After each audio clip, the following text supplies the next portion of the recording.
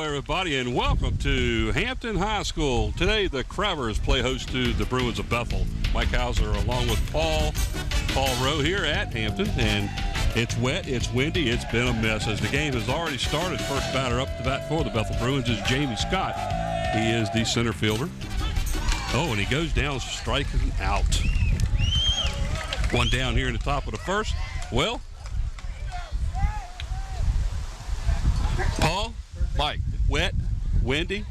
I can't hear you, but that's okay. I can't hear you either. I can't hear so myself. I can hear the booth. I assume we're in good shape as we're up here in a booth that's got a lot of plastic around us because of the rain. And there's a fly ball short left field.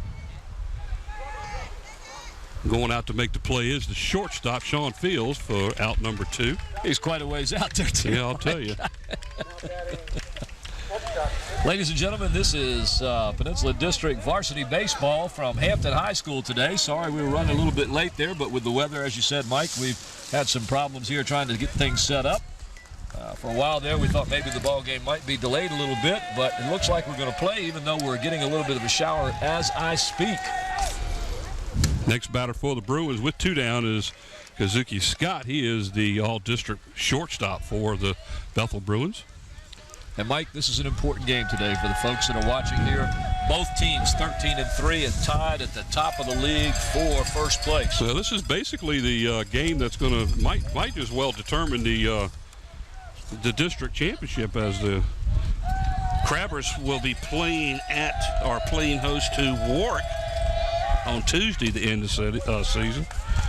And I have not seen the schedule because things have been a little bit hectic over here today.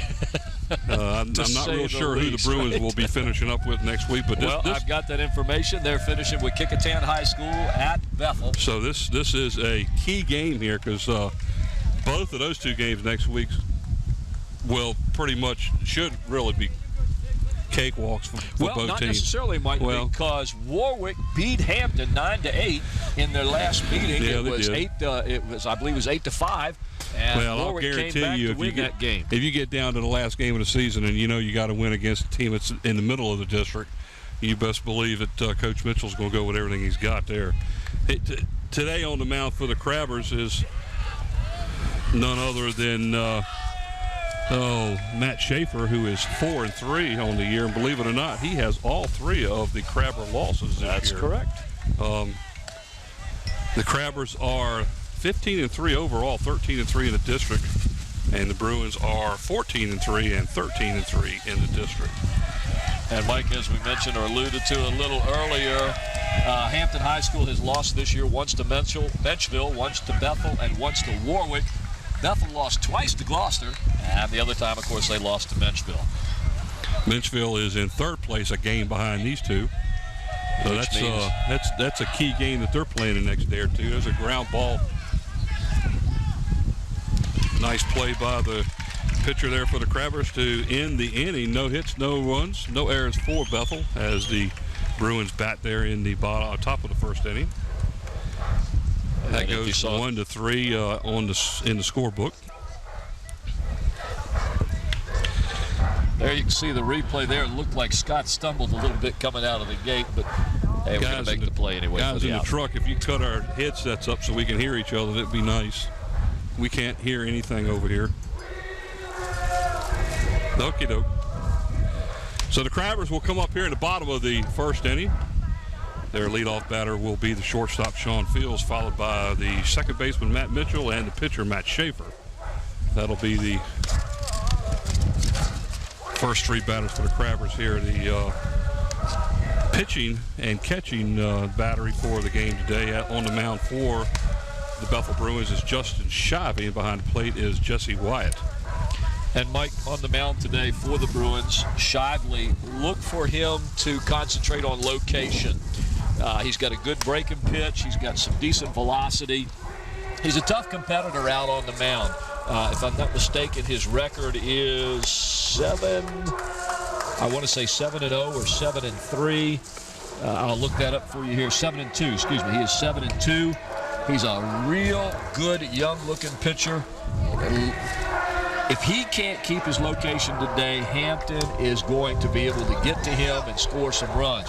If he can keep the location, keep the velocity up, this is going to be a low-scoring ball game. Well, everybody knows what kind of baseball the Crabbers play. They play small ball, and they manufacture runs. Danny Mitchell has been pretty favorable doing that for many years, and this year is no different than any other. They have the speed, they have the hitters, and they just need to have the pitching to complement that. Well, I'm going to disagree with you just a little bit when you say it's no different than any other. I think it is a little bit different because he has some talented youngsters at the top of this lineup. And Danny, as you said, plays a speed game. He plays a small ball game, but this year he's playing it in such a high gear, he is way out there and way ahead. Well, this is Sean Fields. 2 years ago, he led the district in stolen bases. A little bit of an off year last year. This year he seems to be doing quite well. This year he has 22 stolen bases so far this season. He's batting a lofty .463, Mike. Man. 4 doubles, 1 triple. Has 15 walks, and he's only struck out twice. In there for a call, strike one. 1-1 is the count here. Bottom of the first. First man to bat for the Crabbers, Sean Field, the shortstop. A little low, 2-1. Looks like the winds have died down just a bit and it's stopped raining. We can take this plastic cover and get rid of it there for a little while. It's okay where it is. Be there just in case. Sun beginning to try and peek out. You can see it over there at the top of the screen as we go back to the other shot. Ball. 3 balls and 1 strike is the count. Here comes that sun. Nice shot of that nice field at Hampton High School. Danny Mitchell done a lot of work on this field to keep it looking as good as it is. That'll load it up now. 3 balls and 2 strikes for Sean Fields. So the payoff pitch to Fields. Swing and a miss. And Shively gets his first strikeout of the game. 1 down here in the bottom of the first inning. Good start for Shively to get the lead off, and always dangerous Sean Fields as the first out. Keep him off the bases because with this next man coming up, he knows how to use that stick out there and move the runner along as well as get on base himself. Matt Mitchell now, the second baseman, number 3 for the Crabbers. Backs out of the batter's box there and looks at Daddy down at third base looking for that signal.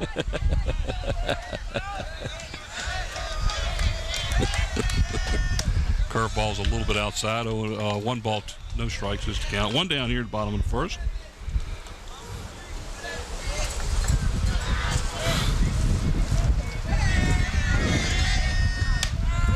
Flew right down the middle. 1-1 now. That'll even it up.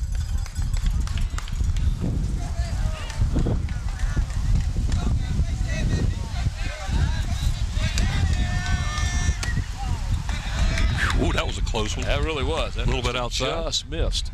2-1 is the count. Our umpires tonight, ladies and gentlemen, behind the plate, Mr. Steve Reed, and on the bases, Mr. Andy Williams. Here's a line shot up the middle for a base hit as Matt Mitchell singles and continues his tear late. That was his 24th hit of the season. He's 24 for 48, hitting very close to 500 on the year. He also has 11 stolen bases, so keep your eye on him. The team itself, Mike, so far this year has stole 51 bases. Wow. Schaefer with a ground ball up the second base hole as Mitchell will stop at second. So Schaefer will single, advance Mitchell over to second base with runners at first and second now, 1 out. That brings up the cleanup hitter number 12. He is the first baseman, Ryan Trimble. Trimble batting .345, has 20 hits so far this year. 4 of them have been doubles. 1 of them's been a home run. He's knocked in about 17 this year.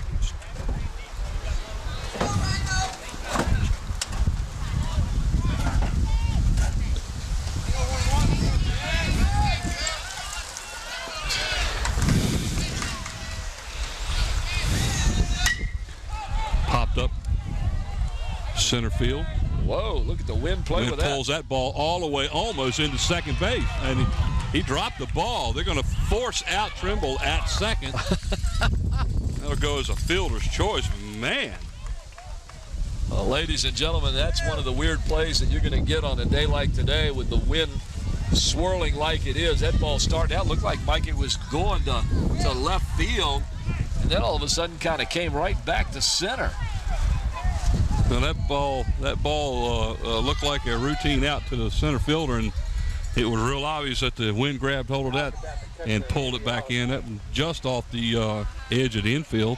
That's going to now bring up the catcher Andy Allison with runners at first and third and 2 down here in the bottom of the second. That was one of those caught between balls where you know that if you go and he catches it, you're going to be out. Ooh, that one hits him. Hit him right in the left shoulder. So Allison will get on with a forced on base as he is hit by the pitch. So that puts runners on each base now. Bases are loaded for David Escobar, the center fielder, number 8. 2 down. Right down the middle, call strike. Prime opportunity here for an RBI. 1 away. Here he comes. Stealing home. And he had that one stolen, too. Oh, ladies and gentlemen, Matt Mitchell had that steal of home. And the batter, David Escobar, fouls the pitch off just as Mitchell slides underneath of him. I don't think Bethel even realized what was going on. 0-2 is the count. Bases are loaded. Mitchell at third leads off. That was kind of dangerous, too. I'm guessing somebody missed a sign down here. You come running into home and you start swinging. And he's swinging, yeah, I don't know. Yes. You know, Danny didn't say a whole lot. Ooh, that's a balk. Stepped off with the long foot. Yes, he did. Sure did. So everybody on the base paths will advance. Matt Mitchell comes in to score the first run of the game on a bases-loaded balk by Shively. And there goes the coach from Bethel, Brett Wheeler, out to the field umpire. He's going to question, see exactly what he did. No, I called it. I saw him do it. He stepped off with his wrong foot, and he agreed. Yep, no problem there. Mr. Williams knew exactly what to do. He said, well, he did this. And Brett, okay. 1 ball, 2 strikes is the count. Sometimes the coaches just need that little bit of an explanation. They might have missed it over there. Ground ball to the second baseman. Oh, and a bad hop. Still got the out, though. Nice way. That's a good job of sticking in there with that one. So, Crabbers did score a run on that one. It's at the end of 1 complete here. The Crabbers lead Bethel 1-0. Here's that last play there. You can see the throw. Now you can see the coach down here for Hampton is starting to yell that the player was in the way, but he knows, like everybody else does, the player was in the field. The runner has to stay on the right-hand side of the line running down within the base path, so there's no way he could have been in his way at all.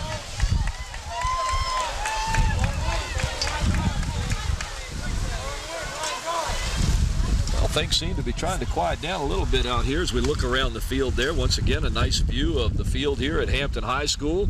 There you see the catcher for the Hampton Crabbers, Andy Allison, as he crouches down to receive the warm-up tosses from the pitcher, Matt Schaefer.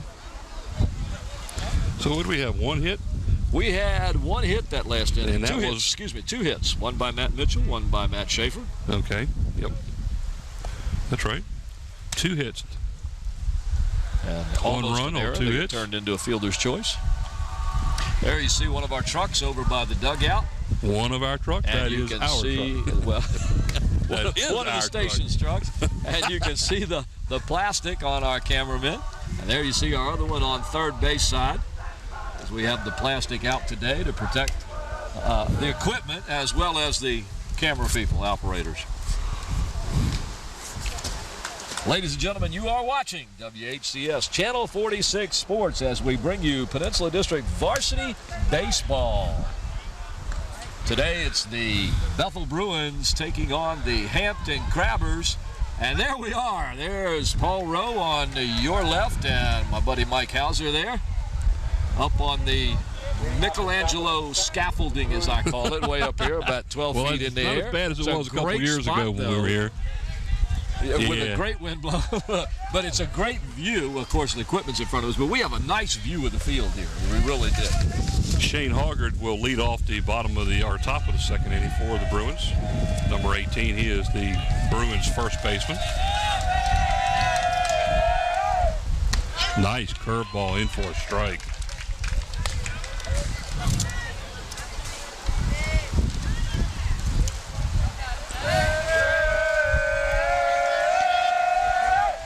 Another curveball, swing. 0-2 is the count. I tell you what, interesting weather we've been having here lately, isn't it? I mean, 80 degrees, tornadoes. Every time I look out here, I always peek along the horizon to make sure I don't see the bottom end of the clouds coming down to greet the ground. Pitch was a bit outside there. A nice little waist pitch on an 0-2 count. 1 ball and 2 strikes now. The Hampton pitcher, and that still holds, guys. Mainly an off-speed breaking pitch changeup style pitcher. That looked like a pretty pitch on the inside corner. Didn't get the call, though. That'll even it up 2-2. We'll see him work inside, outside.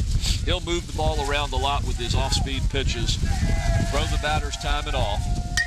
Curveball's fouled back and out of play.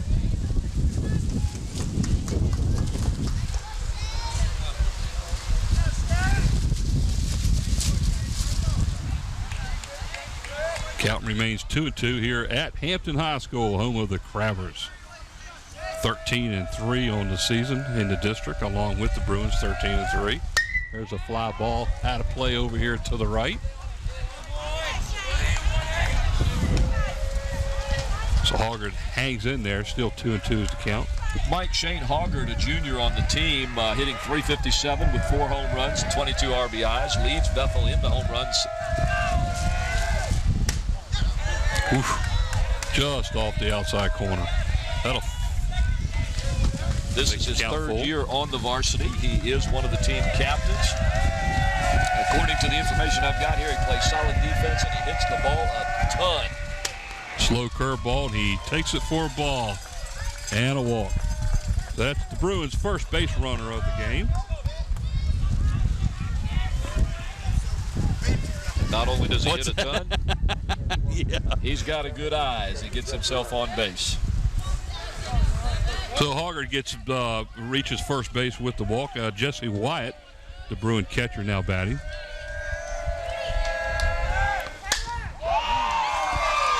All right, there's a line shot up the middle to the center field as Wyatt picks up the Bruins' first hit of the game, and that will move Shane Hoggard over to second.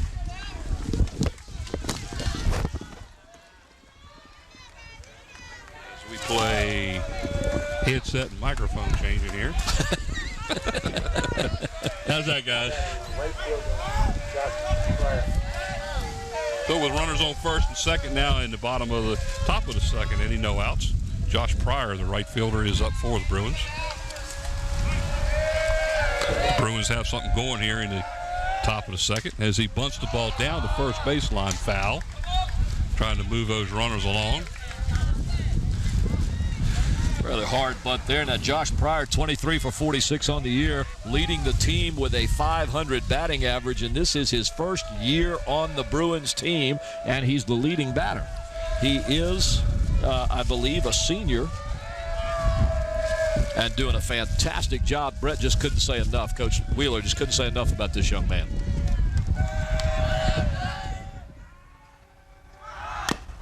And this time fouled back, so that's 0-2. just what the Crabbers wanted to see here. He has the bunt signal still on as Brent Wheeler kind of just turns around and walks away from him on that one. So 2 bunt attempts to try to push the runners up, and they both go foul. 0-2 is the count.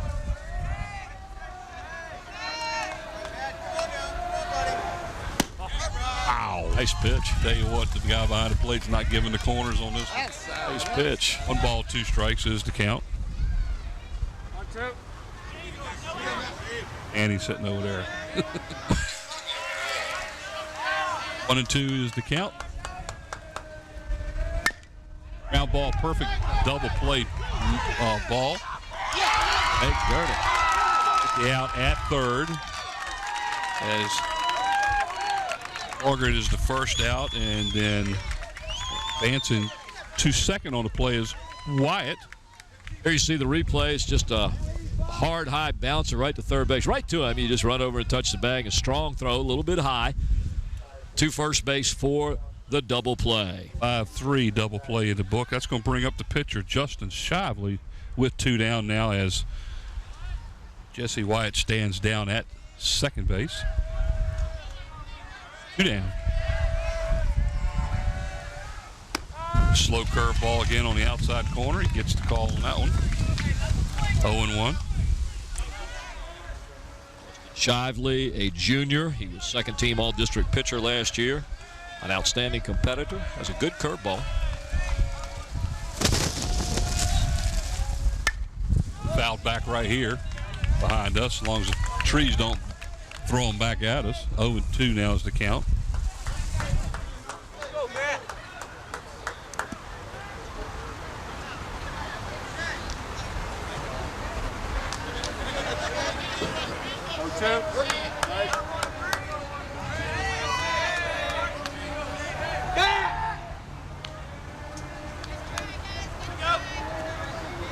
That one wasn't really even close. Well, every now and then you just got to let them know you can. Like Hallmark. Send a card. By the way, don't forget to send your Mother's Day gifts this weekend, as that pitch is high. 1 ball, 2 strikes. Now we segue right into that Mother's Day advertisement there. Only it's not an advertisement, it's just a reminder. This game will be shown tonight at 7:30, obviously, because you're watching it now. Then Saturday, May the 10th at 6. Wednesday, May 14th at 7:30. And again next Saturday at 7:30. Well, it pans out to be a really good game, as we mentioned earlier. Both teams 13-3 in the Peninsula District, fighting for that top spot and a possible guarantee to the region. Well, that one hits him in the ankle, so that'll put Wyatt. He'll be made to go back. That'll put runners again at first and second. Shively will get on with a hit batter. Alex Wetzler, the left fielder for the Bruins, now with runners at first and second, 2 down, now will be the batter. Number 14. And I believe we have another game come Monday, too, don't we? Yes, we do. We have a girls softball Bruins team coming up Monday. If I'm not mistaken, it's Hampton Bethel and Hampton again. At Lindsay. Nice pitch right down the middle. Oh, throw down to second base. Trying to catch Wyatt a little bit off balance back there. Back safely.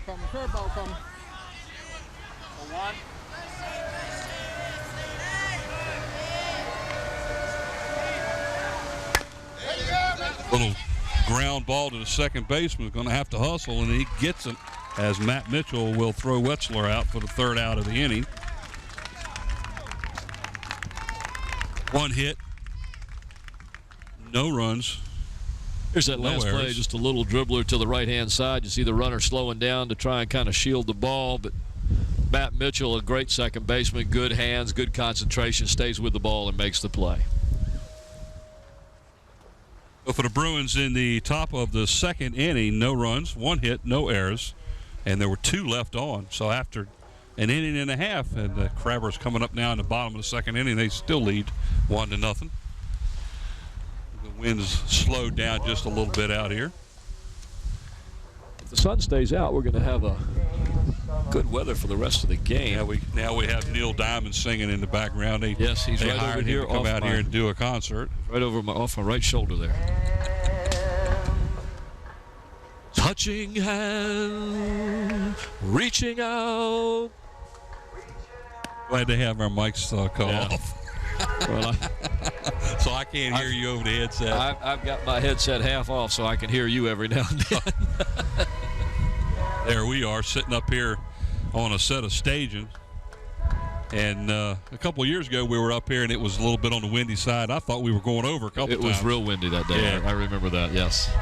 Must have something to do with playing in this environment here. Well, today, for some reason, this, as I call it, the Michelangelo stand, seems to be a little bit sturdier than it was last time. Last time I remember it moved quite a bit, but this one's pretty solid. We had to move the table up a little bit, too, so it gave us about 6 or 7 more inches to be able to sit on without having to worry about falling backwards off of it, right?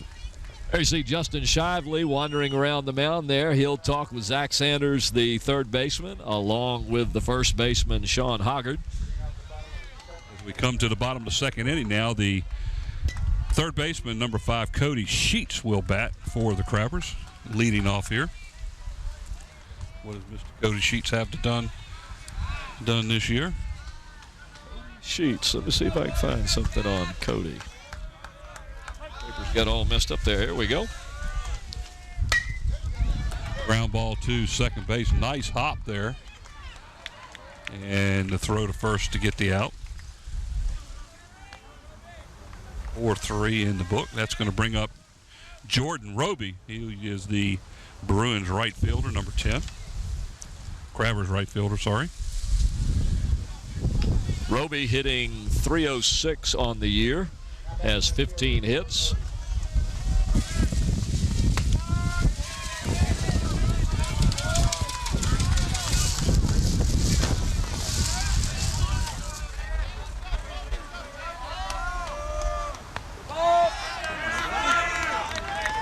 And it looks like we've got another hit batsman here, as Cody Sheets will go on down to first base as he's hit by the pitch. So Hampton gets their leadoff batter on here in the bottom of the second inning, and that brings up Jesse Shepard. Excuse me, that was Jordan Roby. Yes. And that was Jordan Roby that got hit by the pitch. Shepard is up at the plate. Shepard, the center fielder.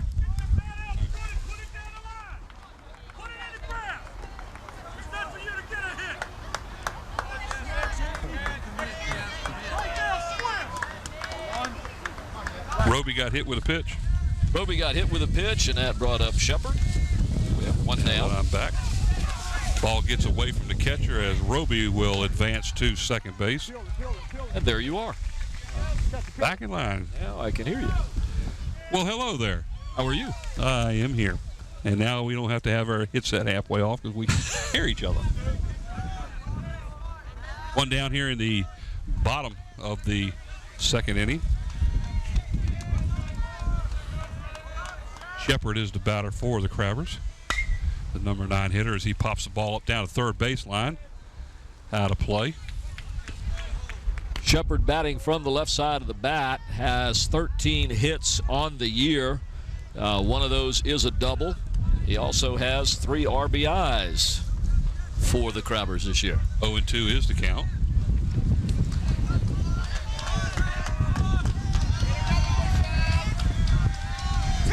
Curveball, nice pitch. Nice pitch. Had Shepard fooled on that one, and he goes down looking on that one. That's going to be the second out on the inning. That will bring up the Crabber leadoff batter, Sean Fields, who struck out himself to lead off the first inning for the Crabbers. 2 down now as Roby is standing down at second base. Pitch is in the dirt.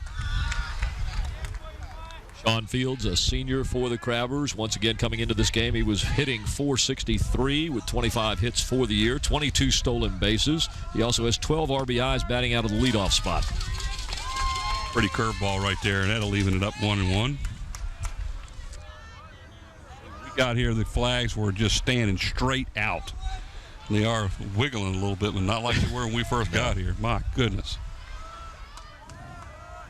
Pitch is in the dirt. Nice job by the catcher to block that one. On his way to third safely is Roby. It'll go as a wild pitch again. That's 2 of them already this inning. It's a close play there. The catcher made that very, very close because I thought that was going to be just an easy. But look how close this is here, ladies and gentlemen. Just got in. Nice call by the base umpire down there. Pitches almost hits him in the elbow. 3-1 is the count. To the speedy, which means he's fast, Sean Fields. And I guarantee you, if this young man gets on first, he's going to go to second. Oh, no question about that. Matt Mitchell coming up there next. Speaking of going to, Mike, this young man is going to be going to ODU, Old Dominion University. He's a senior this year. He'll be graduating and moving on to Old Dominion University, where he's hoping to walk on and, I believe, play baseball.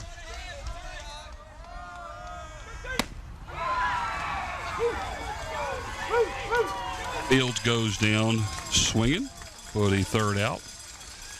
And, folks, you're seeing something rare right there. He has struck out twice in this game, and that is the number of times he has struck out all year. So now he struck out 4 times this year, 2 of them in this game. The Crabbers in the bottom of the second inning, no hits, no runs, and 1 left on. I believe there was 2 errors in the play, but it didn't hurt the Bruins any on that because Mr. Roby got stranded down at third base. So after 2 complete innings here, the Crabbers still out in front, 1-0.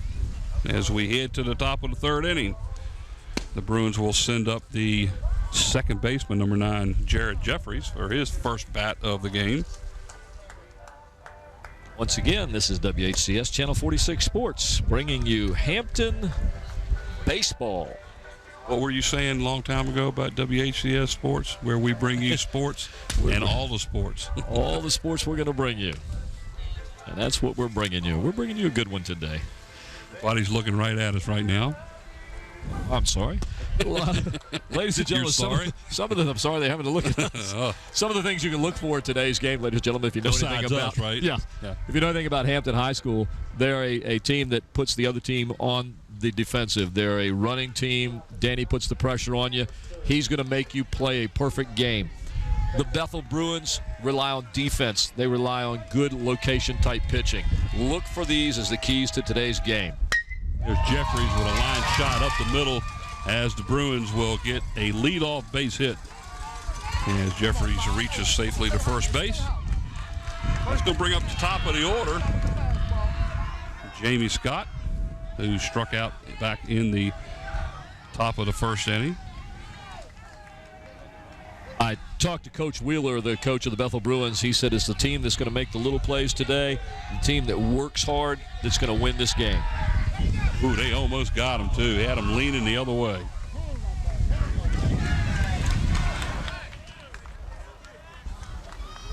That was a nice play by Schaefer that time. He almost got him leaning the wrong way. Again, the batter is Scott, Jamie Scott. Back to first again, and take a look at his foot movement off the mound when he goes to first base. He's close. Is he? Yeah, he is. Well, I've got to look at Jeffries. They were worried about Jeffries. I'm going to see if I got anything here about him. He's hitting .333. There he goes, too. Bunt is down the first baseline, foul. So Jeffries will have to come back. He's one of the fastest players on the team. His brother was former catcher J.J. Jeffries. He's definitely got a little bit of speed, as we saw there. And again, you can see, Mike, in this game so far, we've had several bunt situations, some steal situations, both teams playing for that one run. I think they realize this is going to be a tight game. And I think everybody in the district has come to watch this one because there's people lined up on the fence and both stands are slammed full of people. And, well, they should. This is going to be a game for sort of all the marbles. This again, could possibly be for the district title and the #1 seed in the regional tournament. That is correct. Of course, they both have another game to play next week, but There's a bunt again down the first base line. Nice bunt. He advances Jeffries over to second base, but Scott will be the first out of the inning. That'll go as a sacrifice.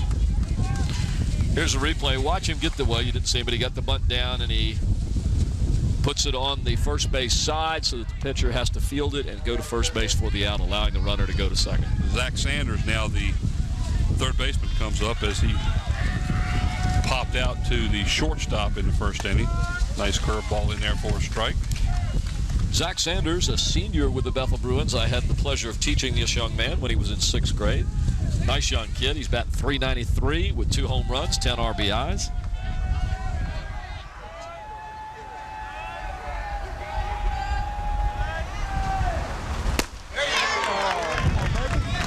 Had him chasing that one. Way out there on that one. 0-2. It's a nice pitch. Zach Sanders is committed to Virginia Wesleyan. He'll be attending Virginia Wesleyan across the water next year when he graduates from Hampton at the, from Bethel at the end of this year. Ball's a little bit up and outside. End of this year is coming close, isn't it? And we've only got, what, 4 or 5 more weeks to go. Isn't it amazing? The school year is almost up already.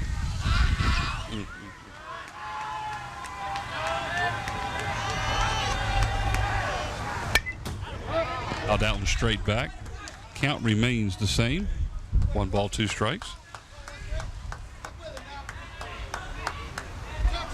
Interesting news took place here this week at the school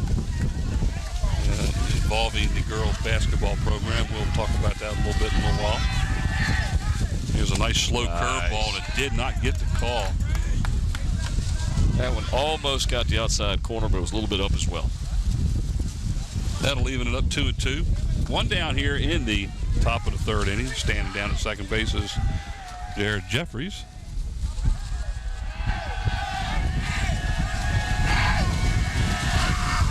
Fastball popped up back this way, and I believe out of play. Oh, way out over there. That one went toward the highway. Well, if it goes back there, fellas, it ain't coming. You're not going to get the ball back. That one went over the trees and over the fence where the highway is.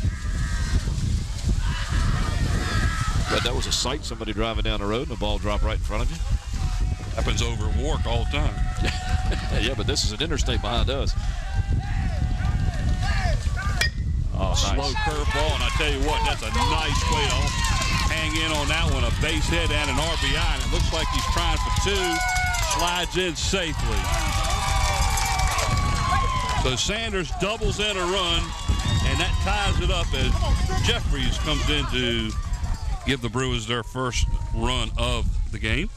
Nice piece of hitting by Zach Sanders as he just stays back on that breaking pitch and then is able to drill it right down the line in left field for a double as he hustles that one in just under the tag at second base. The runner scoring on the play. Let's go bring up Kiz Scott. He is the Bruins shortstop as he grounded out to the pitcher back in the first inning. Kazuku Scott, by the way. They put Kiz down there, but Kazuku. Ground ball 2. Oh, hit him right in the face. We're going to have a timeout here. Well, that one came up and hit him. That one bounced up and hit him right in the face. So that's going to go as a base hit. Staying at second base is Sanders. So he could not advance on the play. The ball was hit to the left side. He's saying he's okay. Cody Sheets is saying, no, I'm fine, I'm fine. That one bounced up and hit him right in the jaw. It did that. He's tough. Watch the replay here as it just, you can see it kicked the dirt up right there and just went right to his face and nailed him big time. I certainly hope he's okay. The umpire started to come over there and he just turns and, no, I'm fine. Held up his hand. That's going to bring up the first baseman, Shane Hoggard. Sean Hoggard. I'll make a little comment, Mike. That's why I never played third base.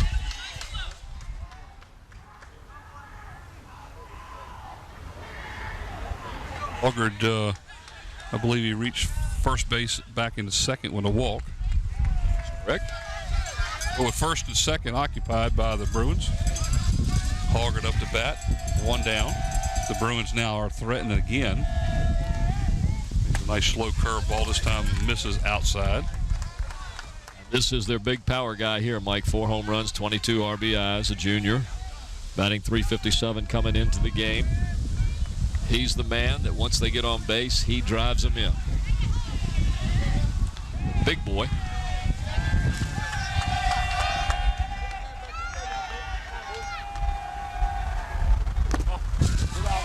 Slow curveball, that time in the dirt. Nice play by Allison back here behind the plate to scoop that one up.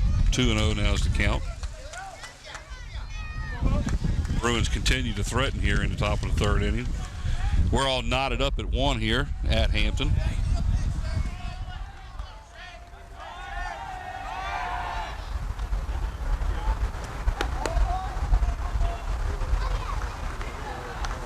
Hampton trying to keep the runners close. Schaefer turns, throws second base on that particular instance.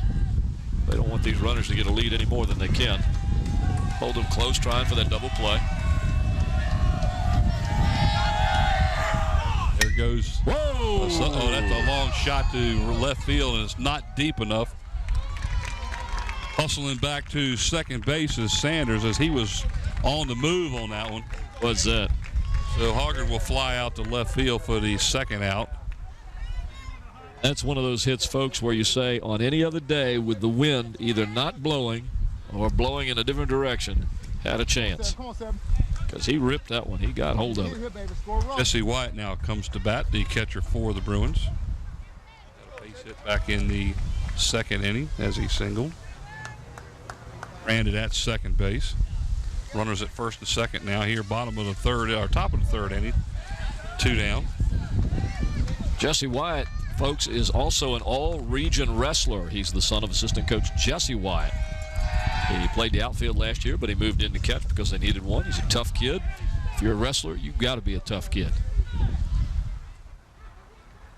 Done a real good job this year, batting .333. 15 RBIs, right up there in the top 3 or 4 on the team.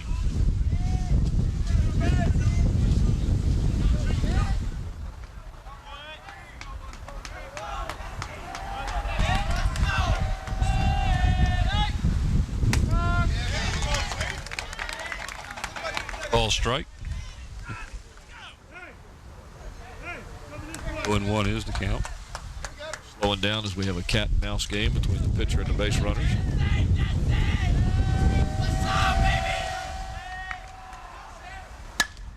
Curveball back to the pitcher. Makes the play and the out to end the inning, as the Bruins did score a run on 2 hits. 3 hits. Okay. Yeah, Jeffries with a hit, Sanders with a hit, Kazuku Scott with a hit. 2.5 innings of play here at Hampton. We're knotted up at 1 apiece here, as the Crabbers will be coming to bat now in the bottom of the 3rd inning. That will be the second baseman, Matt Mitchell. He'll lead off the bottom of the 3rd for the Crabbers. Mitchell scored the Crabbers run back in the 1st inning and had a single up the middle. And as you and I both know, Matt Mitchell is the son of the coach of the Hampton Crabbers, Danny Mitchell. And this is his last year at Hampton High School. He's a senior. He'll be moving on to Everett College, where he'll be playing football and possibly a little bit of baseball, Danny was telling me earlier today. Matt's a great kid. I know you've met him. I've known him for a long time. He's just a fantastic young man. You hate to see him leave, and it's almost hard to believe he's old enough to graduate from high school, but he is. And he's just grown up in a sports atmosphere here in Hampton City Schools. His dad, of course, played when he was in school. Matthew's kind of been around sports all his life. I can remember when Matt was so small that he would wear a football jersey out while they were having games, and you couldn't even see him. Yeah. The jersey was so big. So Matt's been around this program and this school all his life. He has, and we're going to miss him next year, but we wish him well in his endeavors as both an athlete and an academician.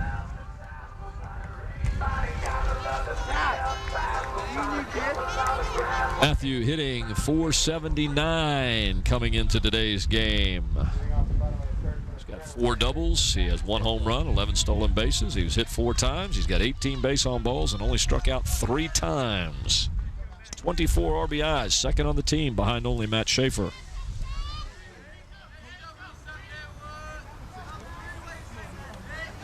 Tell me in addition to that, not only these kids good ball players, but he said if you took the aggregate average, GPA average of the players on the team, you're going to be somewhere around 3.5 GPA for this Hampton High School baseball team. And of course, I don't know whether you know this or not, but Tremble is the salutatorian for Hampton High School this year.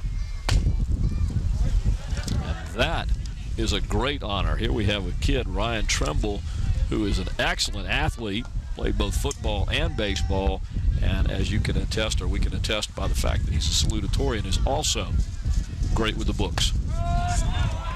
And therefore call strike. 1 ball and 2 strikes is the count.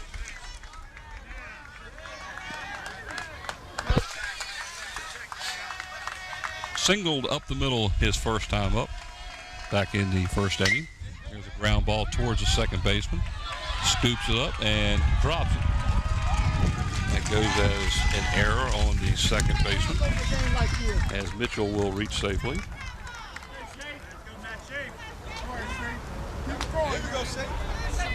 That will bring up the pitcher, Matt Schaefer. Single back in the first inning.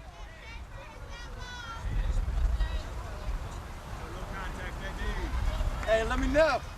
Shane.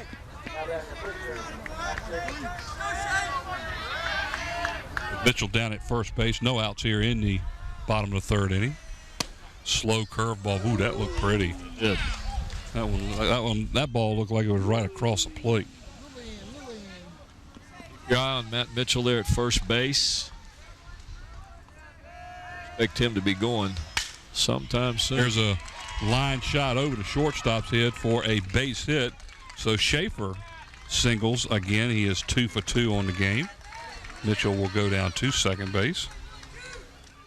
I expected him to go, but I didn't expect him to go on a hit. There we have Schaefer, and he just kind of rifles that one into the opposite field for a base hit.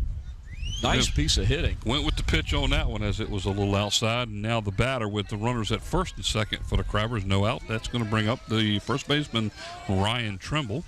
That's the young man we were just talking about that's a salutatorian for his class this year. Get into a fielder's choice his first time up.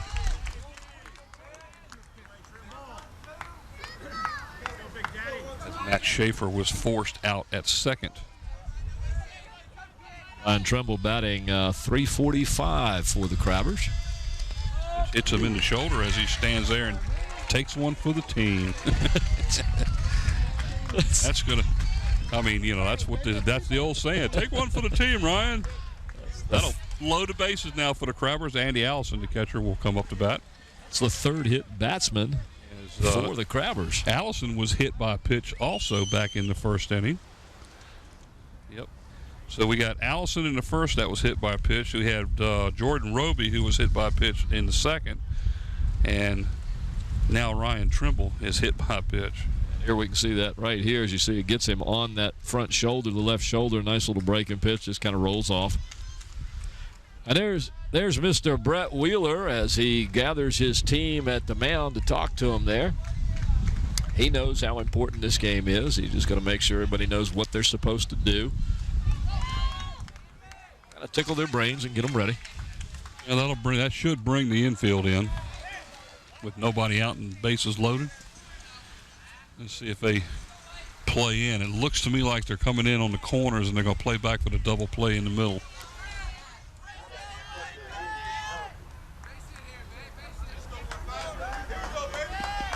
Zach's playing about half. He's playing even with the bag over at third. First baseman's creeping in on the grass. So not There's completely a in. shot to deep center field. That might score a run. Oh, he held him up. Nice throw. Oh. Allison's fly ball to center does not get the Crabbers a run in. That'll be the Crabbers' first out. Respect for Jamie Scott's arm. That's That's usually not like Danny. Usually he'll send that runner and force you to make the perfect throw. That's Matt Mitchell down at third base. That's going to bring up David Escobar, the left fielder. He hit into a grounded out to the second baseman. His first time up back into first. One out now, bases loaded still. That was fouled straight back here. Matt Mitchell down at third, Matt Schaefer at second, and Ryan Trimble standing at first for the Crabbers. Threatening to open this one up now here in the bottom of the third. Again, the score is knotted up at 1 apiece. Low curve balls outside, that's leaving it up 1-1.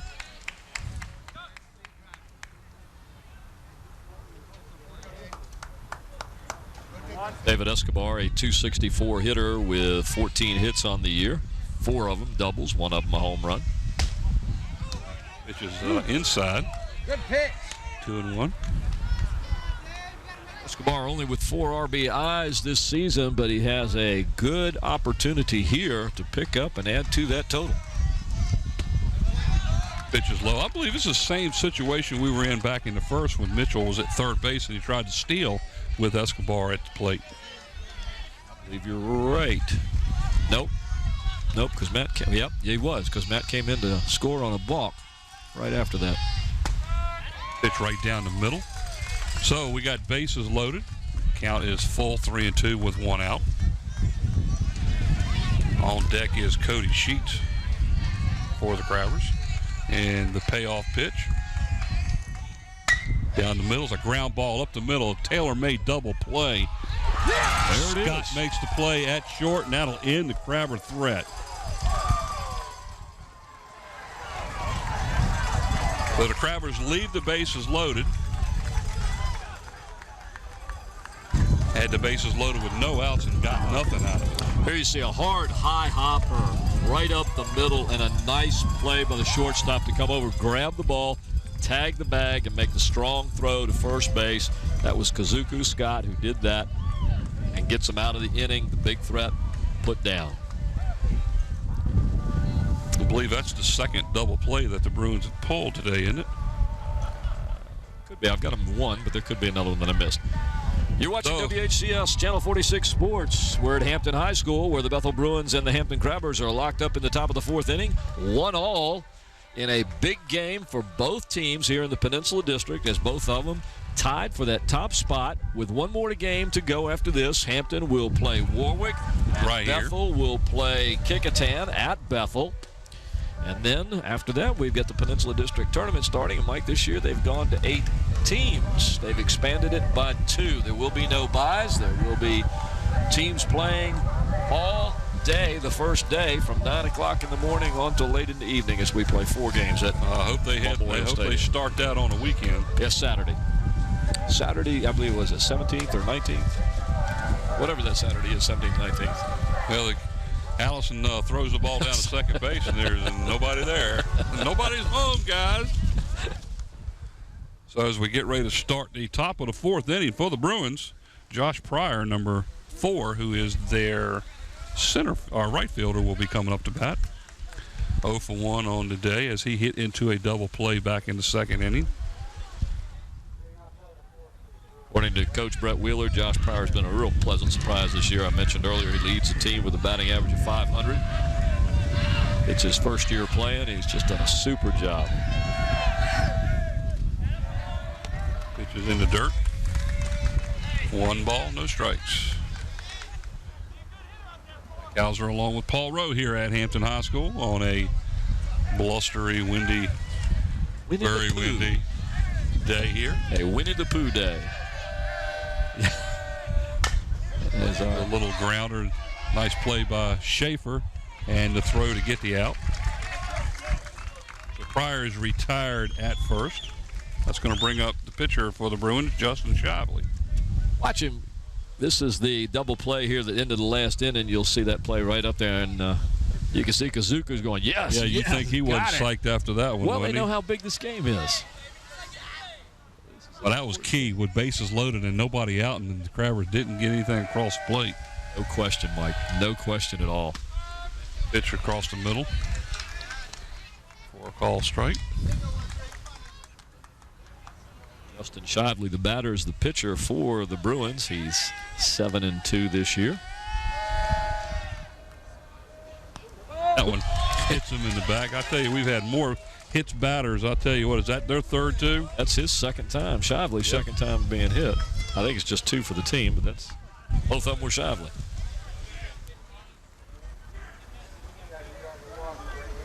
Watch this now. You'll see the pitch come in, and Shively just kind of stands there and turns into it. Again, take one for the team. Get down there. Alex Wetzler is now the batter for the Bruins. 1 out, runner at first.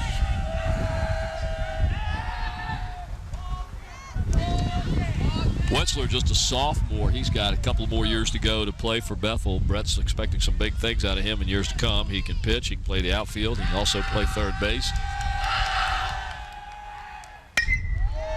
Little looper to center field. Let's see if somebody can get to this one. Right field or left fielder comes in and makes the play very easily. Pitches the ball to Sean Fields as he comes in, and that'll be 2 outs now for the Bruins. Jared Jeffries, the second baseman, is the batter. Nice play by Escobar out there in left field as he comes in and makes that play. Jeffries had a base hit and has the Bruins' lone run of the game. We'll be back in the second.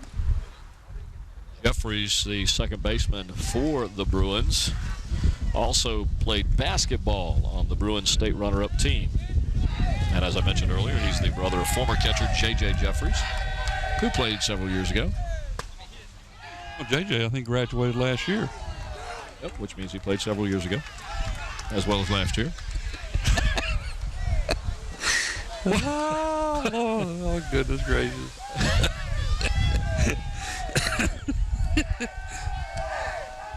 It's just the wind, folks. There's a line shot in center field. Running over to make the play, and the out for the Crabbers is the center fielder, Shepard. Nice play out there. That'll end the Bruins' 4th inning. No runs, no hits, no errors. Nice little sliding catch here, as we know the wind plays with the ball out there today. That line drive going out there, and Shepard getting over to it, slides to make the catch and retire the side. So we end up still tied at 1-1 in the middle of the 4th inning as you watch WHCS Channel 46 Sports. Paul Rowe along with Mike Hauser. This is May the 9th. We are at Hampton High School.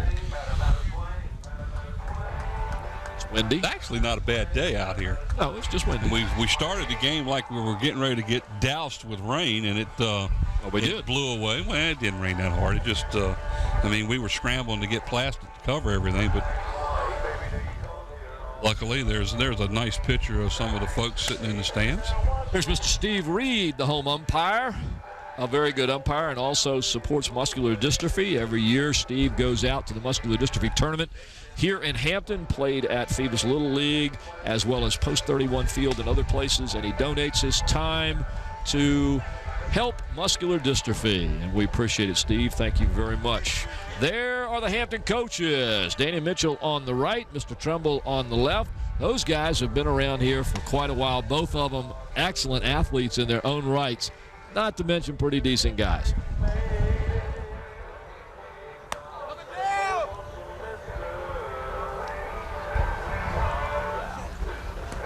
To lead off the bottom of the 4th inning for the Crabbers, Cody Sheets will come to bat. So far, there have been no changes in either lineup. I don't think you'll see too many. I've seen these teams play this year, and they usually don't make too many changes. And in a game this important, try to get less of a chance. We ought to try to get a close-up on our catcher's haircut. Look at that. Danny mentioned something to him about that earlier. He knows him, and it was kind of cute. The catcher just looked at him and smiled. So here is Cody Sheets, the Crabbers' third baseman. Grounds the ball up the middle, and there's Scott coming across to make the play. Nice play. Job. That goes 6-3, and the first out of the inning for the Crabbers. Jordan Roby will be the batter. Watch this, ladies and gentlemen, the ground that Kazuku Scott covers on this as that ball is hit up the middle. Scott coming all the way from the left side of your screen across second base, and he makes the play look like it was an easy and gets him by steps. Ground ball to second base. Jeffries makes the play for the second out. 2 pitches, 2 outs. That's going to bring up Jesse Shepard for the Crabbers as he struck out looking back in the second inning.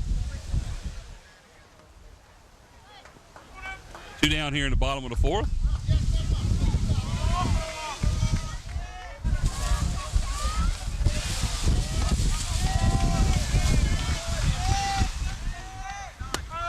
Nice pitch, inside corner, strike. I believe this is the Crabbers' only left-handed batter in the lineup. Center fielder made a nice play. That's a nice base hit to left field.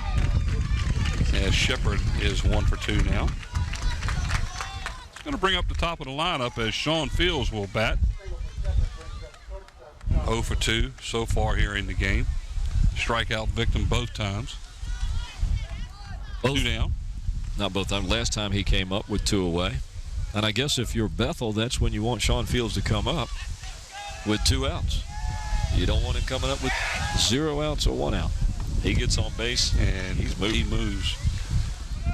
But he's up here now with 2 down. Wind's picking up again. You can probably hear it through the mics. There's a ground ball. Get it, Danny. Danny didn't even move. Danny. Well, Danny was talking about it at the pregame. We were sitting over here talking to him, and he says, I tell you what, I'm getting so old, I got to stay awake. He says, I used to not have to do that because I didn't have to worry about it. Nowadays, I'm so slow now with the ground balls. He says, I don't even like standing in the box. I got to get back there past third base. That's what he was telling me. He says, I moved back further and further toward the fence. Ground ball to Jeffries. Pitches over to Scott for the third out, and that'll end the inning for the Crabbers. 1 base hit on the play, on the inning for the Crabbers, and 1 runner left on, nobody scoring. So at the end of 4 complete, it's the Hampton Crabbers 1 and the Bethel Bruins 1. Here's that last play as we see the ground ball right towards second base, and he just flips it to Scott. You want to try to say that one more time? Let's try that. Ground ball to second base, and he flips it to the shortstop covering second as we see the Bethel Bruins as they huddle up in front of their dugout here to start their half of the inning. And they're going to start the top of the first inning with their leadoff batter, Jamie Scott, will be coming up. The first inning? Did I say that? The 5th inning. The 5th inning. The 5th inning. The 5th inning. They will start the 5th inning. Again, doesn't look like there's any changes in the defense for the Crabbers. Now they still look good. And while we got a moment here, ladies and gentlemen, I want to give some thanks to the production crew that we have with us today on the cameras. We have Nate Braxton, Susan Bowers, and Renee Camden. Our graphics and animation today, Andy Foley. The slow motion instant replay, Mike Nowinski. Our camera control operator, Sarah Myers, who was up here on the Michelangelo stand fixing everything for us before the game. Production and audio assistant Renee Camden again. Our audio and chief engineer, who's been climbing all over the place in this wind trying to make sure everything works, Don Scharouse. And the director and producer, the man who comes on and tells us what to do and where to go, Scotty Bowers. Whether we like it or not, right? That's right. That's right. I'm Paul Rowe along with Mike Hauser. We're at Hampton High School, May the 9th, 2008, to watch the Bethel Bruins take on the Hampton Crabbers in Peninsula District Baseball. Can't ask for a better game than this. 1-1. Here we are starting the top of the 5th inning. That one is a called strike as Jamie Scott is the batter. He is the Bruins center fielder, number 5. He's the little brother of Kazuku Scott. Pops the ball up, right side of the infield. Trouble. Wind grabbed hold of that one, and nice play by the Crabbers first baseman, Ryan Trimble, as he backs up and makes that play. He almost had to turn around to make that catch, folks. Any ball hit up in the air here today is going to be trouble because of the wind and the way it's blowing and swirling. And That one looked like for a minute it might drop, but Trumbull made a nice play on it. You know, it almost looks like it hasn't rained a lick here.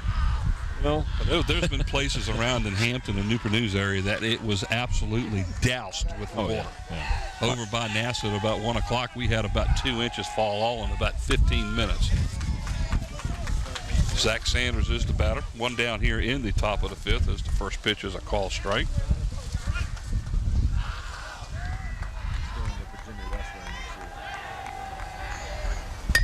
Ground ball to third base, and he let the ball play him. He got lucky on that one, but and they got the play. Oh, my goodness. Mike, we are seeing some great defensive plays today. Bare-handed play. Watch this ball, a hard shot down third base. He grabs it with his right hand, his bare hand, and makes the throw, and a good scoop by Trumbull as we see an excellent defensive play by the Crabbers. Cody Sheets was that player over at third base that made that bare hand. I tell you what, he played the hop on that one. Did that? Well, that's a play that normally you end up eating. Yeah. Nice play by the Crabber third baseman. Well, I think the difference on that, Mike, was that he did back up to let the ball play him, but he was able to get it with his bare hand and make the throw. If he'd had to catch it with his glove, I think it would have eaten him up, and you wouldn't have seen a throw, or at best you would have seen a late throw. Ground ball, and that one skips over the glove of Sheets, and Scott will get his second hit of the game. So that makes him 2 for 3 on the game. He'll put him at first base with 2 down. Shane Hoggard now the first baseman for the Bruins will be batting. Had a base. He walked in the second inning and he flew out to left field for the second out back in the third inning. He bats here with 2 down in the fifth with a runner at first. Baker's going to hold the runner close.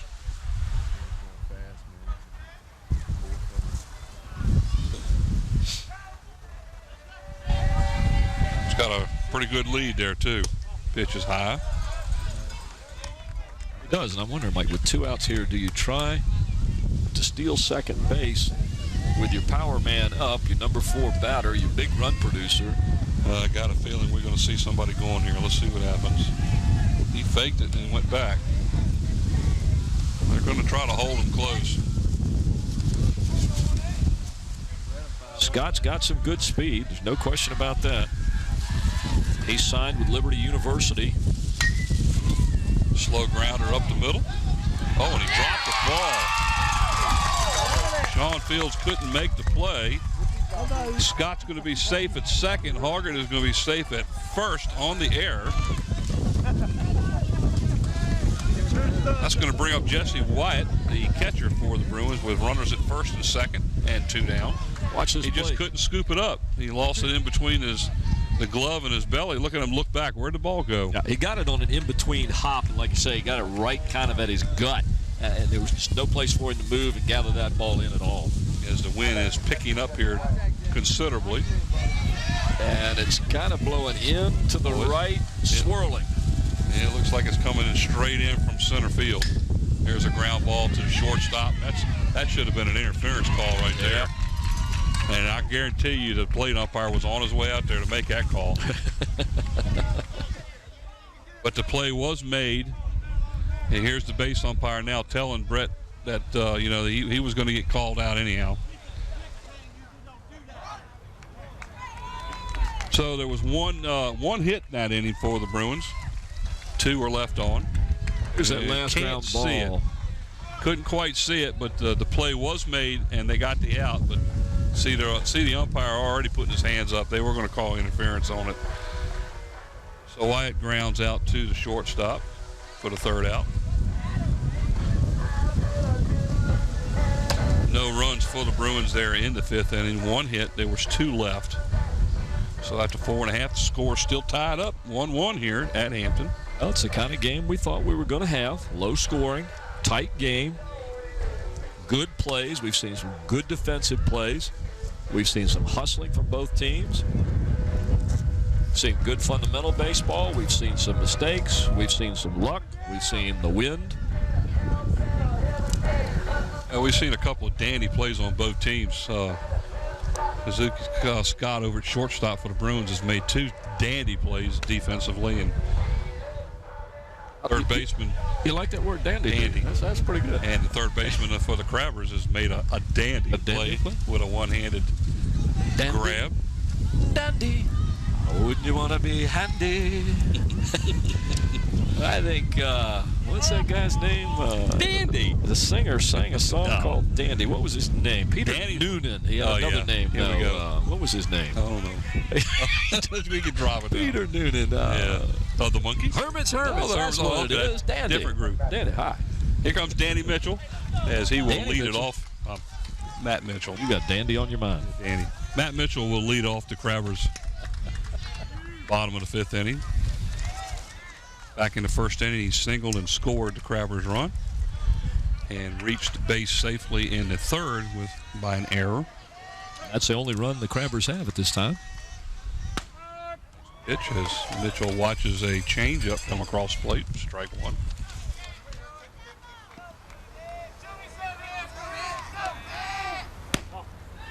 Ooh, baby, that was close. I think the Bruins catcher wanted that one, and then you could hear the Bruins staff down there wanting to know where that was, and he says it was a little off. Fouled straight back into the fence, and it found a hole and went outside the park. And if you could have seen the expression on Matt's face when he turned around as he came off that foul ball, he knew he missed that one. He had that pitch to hit, just didn't get it where he wanted it, couldn't get all the bat on it. 1 ball and 2 strikes. First batter here in the 5th inning for the Crabbers.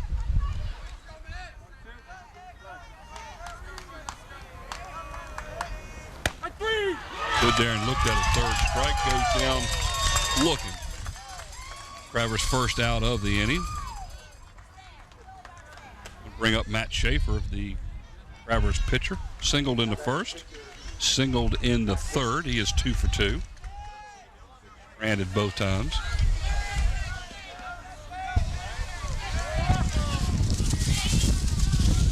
Sure you can hear that wind blowing. Yeah. Got the corner on that one. 0-1. Matt Schaefer preparing to graduate this year. He's one of the seniors on the team. He'll be going to that school called Virginia Tech. Ball up the middle. Jeffries scoops it up, makes the throw, and the out. 2 down now for the Crabbers here in the 5th. Bring up the first baseman, Ryan Trimble. Reached first base in the 1st inning with a fielder's choice. He was hit by a pitch in the 3rd and stranded. That play as you see him hit the ball. And close play and at first base. Boom, boom, bang, bang, as they call it.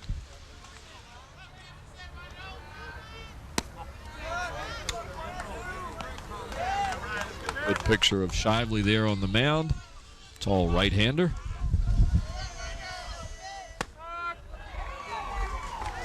In there for a strike. 1-1. Who's that on the camera on the 3rd base dugout? I think that's Renee. Is that Renee? Ground ball to the 3rd baseman. Nice hop pickup and throw and the out. So the Crabbers go down 1-2-3 in the 5th inning. So we're done with 5 here at Hampton. We're still knotted up 1 apiece here. Hampton 1 and Bethel 1. HCS Channel 46 Sports bringing you all the sports you're going to get this year. Showing you the Bethel Bruins and Hampton Crabbers varsity baseball game from Hampton High School. There you can see a picture of how windy it is up here. As you see us being blown away, you can see some of the crowd behind us to my right. A lot of people out here at this game today, ladies and gentlemen, because it is an important game, as we've continued to tell you. And it's a good day for baseball with the exception of that wind. Now, if the wind were blowing out, it'd be really nice. Well, we've only had a couple of balls that were actually hitting the ground in the air here. Both pitchers have done a pretty good job. They have keeping the ball in the infield. As we get ready to start the top of the 6th inning here, knotted up at 1 apiece here. The Hampton Crabbers 1 and the Bethel Bruins 1. Josh Pryor will lead it off here in the top of the 6th inning. He is the Bruins right fielder, number 4. Back in the second inning, he hit into a double play. And in the fourth inning, he grounded out to the pitcher. 0 for 2 on the day.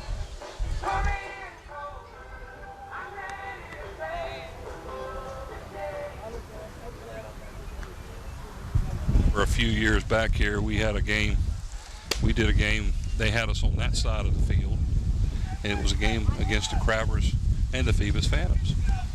And the Crabbers won that game. I believe it was like 6-0. And it was a no-hitter. Who pitched it? Trying to remember the young man's name now. Well, we're not going to have a no-hitter here. Nope. This is the type of game we really fully expected to see here in Hampton. As Pryor will see the first pitch and grounds the ball and scattered the fans over there. Back behind the third base dugout, and everybody's ducking. Say, quack, quack, down, get down. 0-1 is the count. Nice picture of our truck sitting over there on the first base side, just behind the first base dugout. That is the view from the camera we were just looking at. And I'm thinking that's Gene over there, but I'm not sure. I think Renee's over at third base.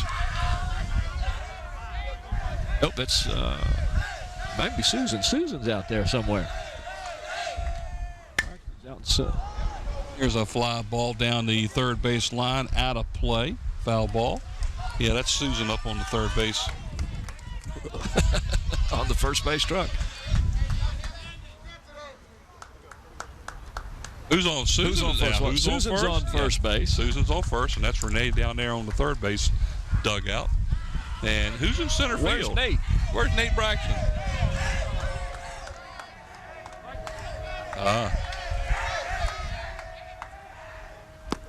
There's a swing and a miss as Pryor goes down swinging for the first Bruin out here in the top of the sixth. That's going to bring up Justin Shively, pitcher. He was hit by pitch back in the second, and he was hit by pitch back in the fourth. So he is 0 for 0, but he's been on base twice. Batting average hasn't done anything yet. No, but his on base percentage has. On base percentage has gone up.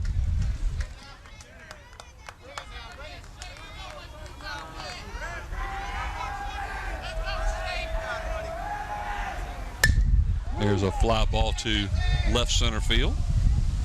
Play was made by the left fielder for the Crabbers for the out. Escobar out there in left field making the play. That's going to bring up Alex Wetzler, the left fielder for the Bruins. There's a fly. There's a. You see the replay. See him coming across there and getting the balls. The wind kind of just hangs it up in the air. I tell you what, you're going to have one whale of a whack to hit one out today. Yeah, you really are. I mean, you might hear some of the sounds of the players hitting the balls, ladies and gentlemen. It may sound like the ball is going to go far, but not with this wind today. And that one's fouled straight back. 0-1 is the count. What you doing down there, Don? He's down here working hard again, trying to keep us from falling, I guess. Is he visiting us? Yeah, he's down there visiting. 0-1 is the count as Alex Wetzler is the batter.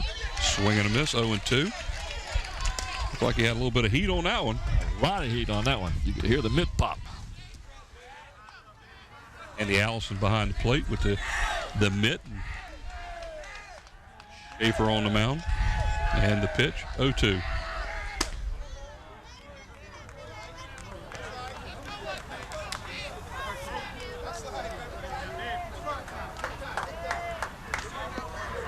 Well, thank the Hampton coaching staff and the administration here at Hampton. Ow. I got a little dirt on my face on that one. I got a lot right there. Along with the AD here at Hampton, Karen Holly, for allowing us to set up and bring this game to you here at Hampton.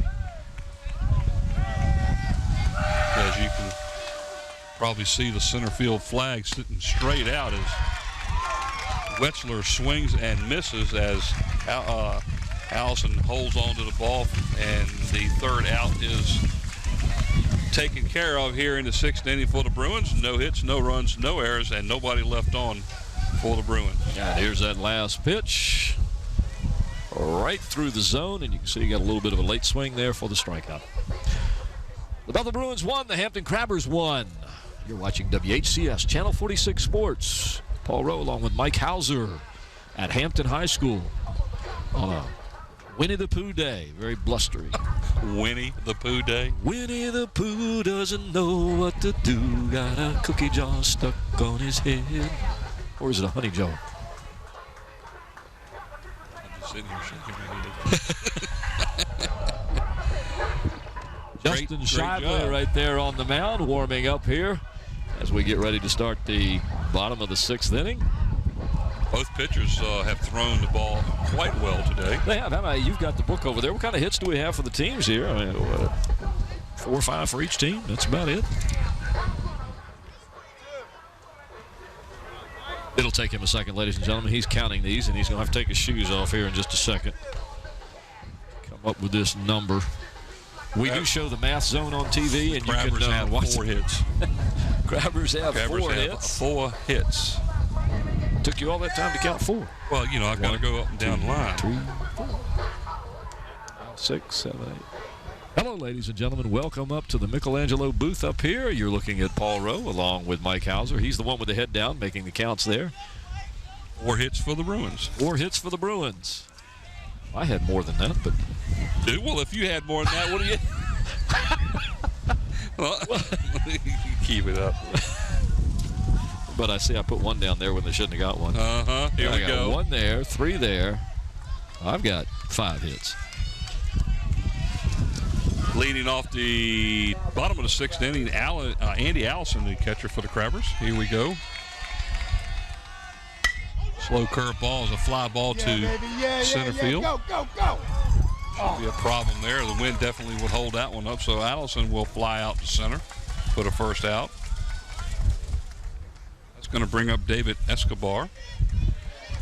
Escobar grounded out to the second baseman in the 1st inning. You see him right on that one as he drives it into center field. It's probably one of the deepest balls we've seen hit today. And you can see the flag there kind of shifted to the left. The wind was not blowing in. Like it's blowing right across the field right now. Yeah. Escobar 0 for 2 on the day. He grounded to the second baseman in the 1st, and he grounded back to the pitcher in the 3rd. It's one of these deceiving winds when you look at the flag. Oh, He might get lucky on this one. Get in there and overthrown. He is safe, and he pulled it out. I tell you what, the pitcher made a heck of a play on that one because he had that ball bunted past him. Well, let's see. I guess we're going to have to give him a base hit on that one. Watch this bunt. It goes in between no man's land. Shively's over there, but makes the high throw to first we'll give him a base hit on that. So Escobar will pick up a hit there. That'll bring up Cody Sheets as Escobar was hustling down that line, wasn't he? Was that? He was moving. Quick play over at first there, and they thought they had him. Pitcher's being warned now by the umpire because he was a little bit over. A little bit over. So I wonder if he might have had a chance of seeing that one. But Shively's a competitive player, and you got a game that's tied 1-1, and you know the adrenaline is pumping, and you figure you get the guy. You're going to show some emotion every now and then. Good job by the catcher to go out there and talk to Shively, just calming him down, saying, hey, you know, we got a lot of game to play here. This is where we need you, buddy. Stay with us. Good job by the catcher. Escobar at first, 1 out. That's going to bring up Cody Sheets. He is the 3rd baseman for the Crabbers. He's the one that made the barehanded stab there early a couple innings ago on a nice defensive play. Grounded out to second baseman. Oh, that ball gets past the first baseman. On to second is Escobar as they tried to catch him off the bag again. This time it gets by the first baseman, and down to second goes Escobar.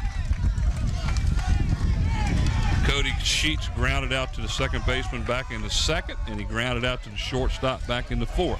0 for 2 on the day. He can get one to the right side of the field here. He's going to move Escobar over, and that's what he does. The field. That's exactly what he did as Jeffries makes the play.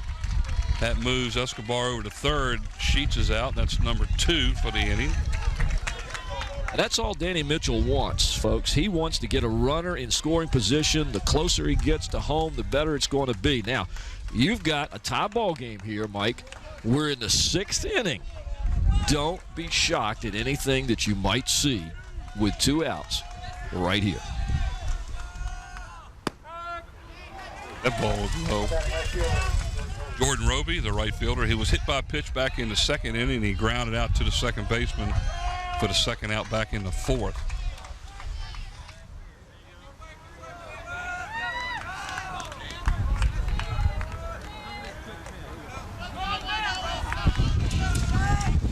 Grabbers try to get the lead run across the plate.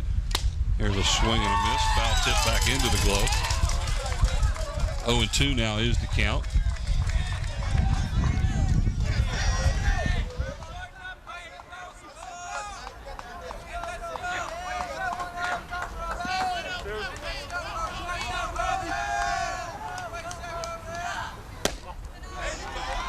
Danny playing it a little close to the vest down here. 2 strikes on the batter. Be a tough time to do anything here, but I kind of expected him to possibly send the runner with 1 strike.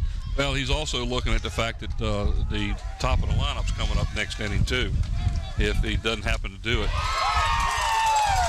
So Jordan strikes out to end the inning here. No runs, no hits, or 1 hit and 1 left for the Crabbers. As we have completed 6 innings of play, the score is tied 1-1. Stay tuned shortly as we will come back in a minute. It is 1-1 after 6.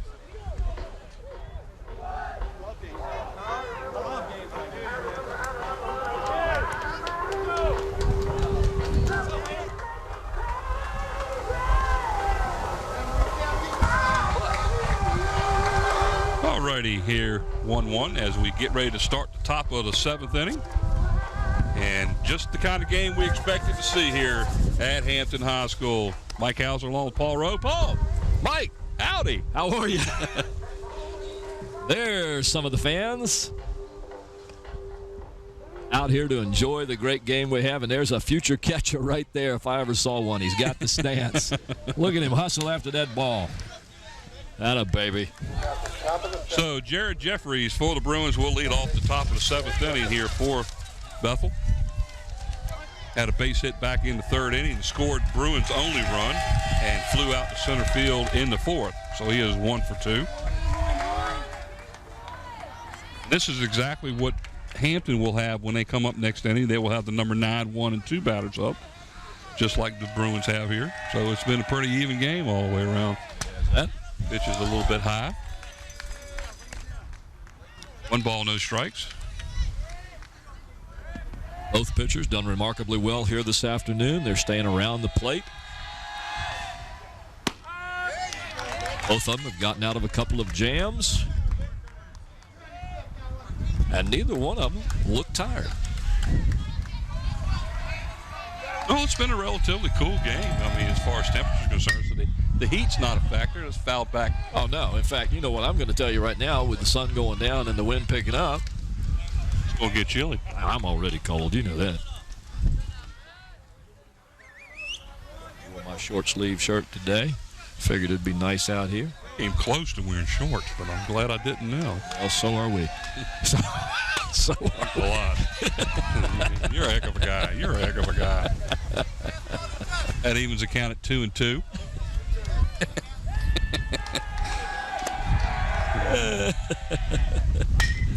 Pitcher back to Schaefer. Over to Trimble for the first out. Book. 1 down. That's going to bring up the leadoff batter, Jamie Scott. Strikeout victim back in the first. There's that last play, just a little ground ball to Schaefer. He picks it right there at pitcher and throws it right over to first. Doesn't waste any time. Get that out and get on with the ball game. Scott is 0 for 3 in the game so far. Ground ball to the third base and fine. He'll get his base hit for the game. A hot shot right back to the third base, to the base side of him, and it scoots on by him. So Jamie Scott on base. Jamie, one of the hot hitters of the team, came in batting .340. He used to be in center field. He's playing center field again today. Well, I say he used to be in second base. Excuse me. He moved to center field when Jared Jeffries came in. And he's done a good job. Zach Sanders is up to bat. He popped out to the Sean Fields, the shortstop, back in the first. Had a double in the second. There's a swing and a miss. This man's got some power here, so keep your eye on him. Grounded out to third base, so he's 1 for 3 officially with a double and an RBI. He knocked in Jeffries back in the second inning. Keep the runner. They're going to keep the runner close to now. Here we are in the 7th inning. Look up at the scoreboard and get a picture of that. You see a whole lot of goose eggs up there. 1-1 here as we play in the 7th inning. Well, you want to keep that runner close for the double play. Closer you keep him, the better chance you've got of getting that lead runner and getting the ball on the first for the double play.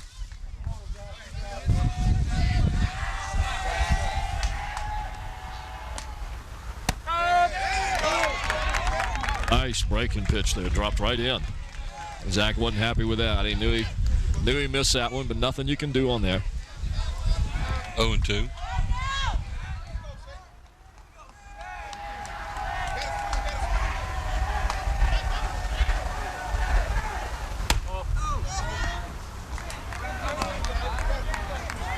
Low curveball outside. Are you cold? They're offering you a blanket. I think they see me starting to put my arms together as I start to shiver a little bit. Fastball down the middle of the plate for the strikeout as Sanders goes down swinging. Out number 2. So Scott's still at first base. That's going to bring up his brother, Kazuki Scott. Shortstop. That was a big strikeout for Schaefer right there with 1 away to get Zach Sanders, who's got some good power, and bring up Kazuki Scott with 2 away rather than with 1 away.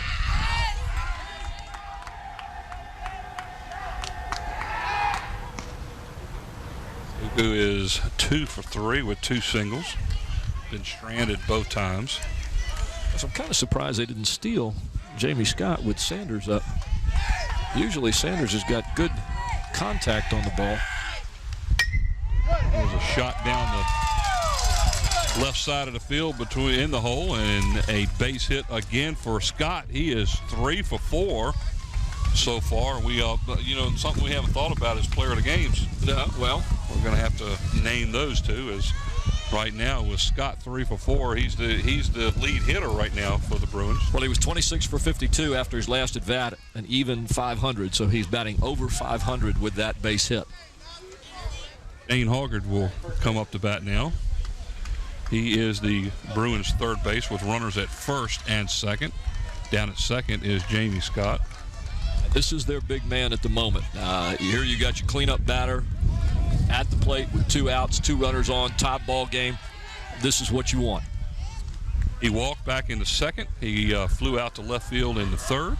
He reached by an error in the 5th, so he is 0 for 2 officially in the game.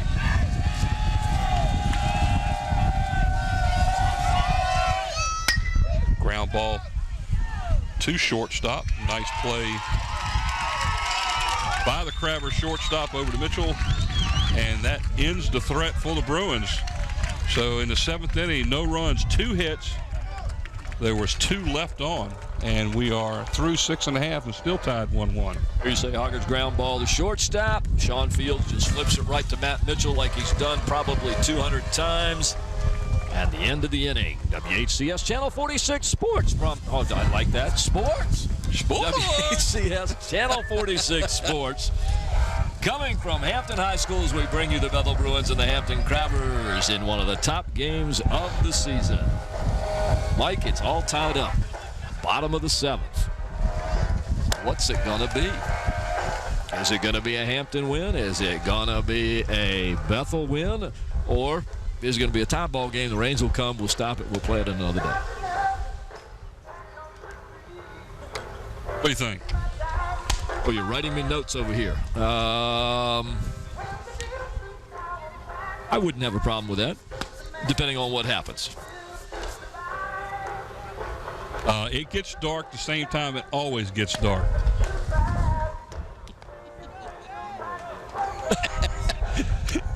that, by the way, folks, was Andy in the truck says, what time does it get dark?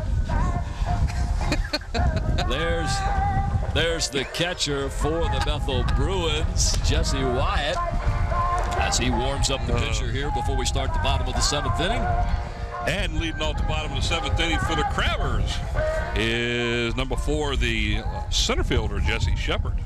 Shepard struck out looking in the 2nd, had a base hit in the 4th, and was stranded. So he is 1 for 2 in the game, as he will lead it off here in the bottom of the 7th inning. 1-1, Hampton and Bethel for what could possibly be the district title. We apologize for all these mnemonic word problems we're having here, ladies and gentlemen. There's a shot up the middle and another base hit by Shepard. 2 for 3 now officially as he gets on base, and the potential winning run is now at, first base. Sean Fields will now be coming up to bat. Here's a you see him slice that thing right up the middle. Now I'm going to go out on a limb here, ladies and gentlemen. This is where Danny Mitchell goes into action. He's got his number 9 batter, Jesse Shepard, at first base. There are no outs. It's a top ball game, bottom of the 7th. He's got the top of his lineup coming up.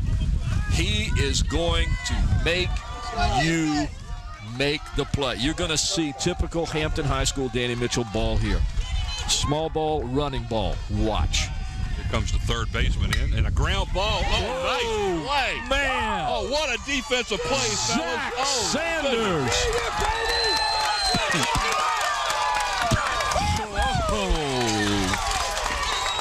There's the defensive play of the game. Oh, man. Ain't no doubt about that. Watch this, folks. This is a smash. Did we have a perfect view of that one? Zach Sanders just grabbed that ball as he's fallen, makes a perfect throw to second base, and the relay to first for the double play. That was the ESPN play of the game. That was the WHCS Channel 46 the play of the game. WHCS play of the game. Look at this. What a play. What a play. He was coming in thinking that they were going to try to play small ball, and Danny Mitchell crossed not only us up. He crossed everybody up. But here's Matt Mitchell now at the plate. First pitch is a called strike. Nobody on, 2 outs. Wow. Sean Fields a little bit on the upset side because I think he thought he was safe at first. Wow. That was fouled back here. Go, baby! Crowd on this side of the field has gotten pretty psyched up now. What a defensive play. Yeah, I don't care who you are. When you see a play like that, all you can say is, whoa. Excellent play. That could have turned everything. That ball gets by him. You've got runners at first and second and third. Well, that could be a game saver there. Mitchell pops the ball up to the right side of the infield. Jeffries goes back and makes the play. And, folks, we're heading into extra innings. What more could you ask for a Peninsula District title game? So Mitchell pops out to Jeffries at second for the third out. Had 1 hit, no errors, nobody left on, and no runs were scored.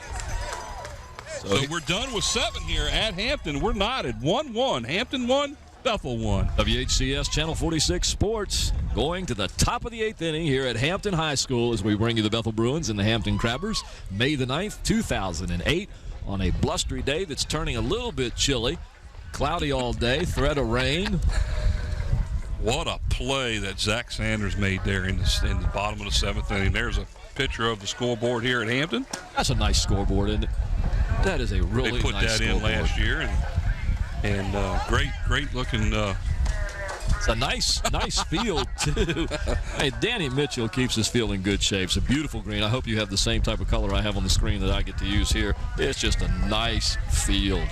He does a super job. There you see the Bethel, and that looks like Ray Smith, the AD at Bethel High School down there. He's got his back turned, but it looks like him from this side, along with some of the Bethel Bruin ball players. And that looks like Susan Bowers right there. Susan. Hello, Susie Q. She's a sweet girl. And that's our truck, WHCS Channel 46 Sports. Inside that truck is Andy Foley. along with Mike Nowinski and Don Schraus and the man himself, Scotty Bowers. Another good shot of Steve Reed, the umpire. Andy Williams, the other umpire. I'm assuming that's not the singer, Andy Williams. I would hope not. Seeing how that Andy Williams, I think, has passed away. There's a nice shot of us up on our Michelangelo scaffolding, as I call it, Mike, right behind the screen here at Hampton High School. Crabber Field, as Danny refers to it. So we start the top of the 8th inning now. Jesse Wyatt will lead it off for the Bruins, the Bruin catcher. 1 for 3 on the day. Singled back in the 2nd inning. That Schaefer still out on the mound for the Crabbers. Once again, doesn't look like he's lost a beat. He's still throwing smooth and easy. Popped up here, I believe, out of play. Yep. Down the first base line.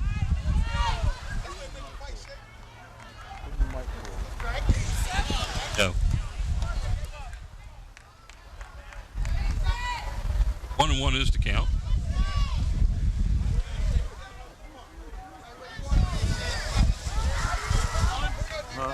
Yeah, they're asking about innings pitched and pitch counts and everything.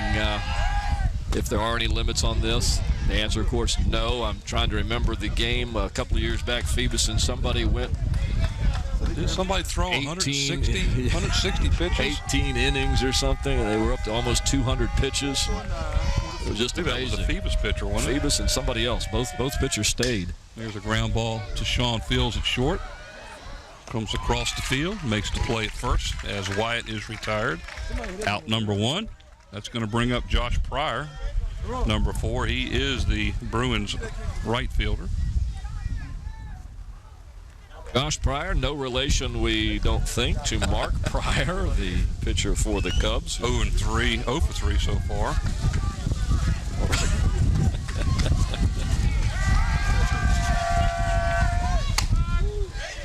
Inside corner, strike 1.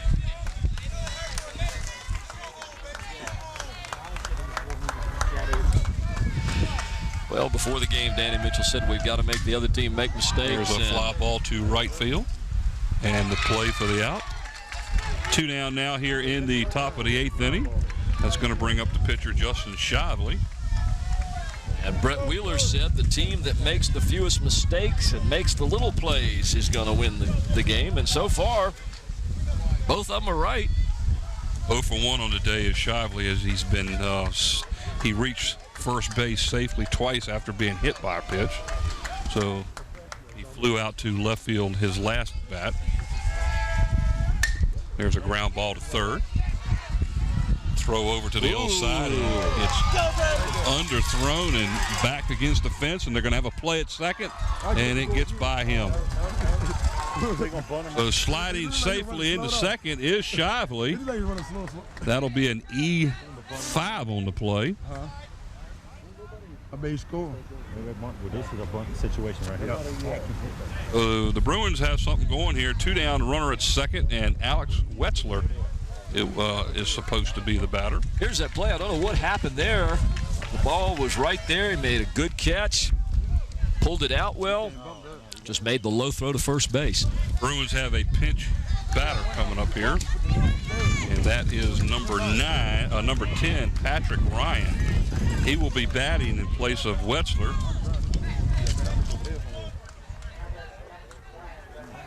We want to steal something, look. Ryan comes in as a pinch hitter here in the top of the 8th inning. And he is the first substitute of the game for either team. Let's see what Ryan can do here.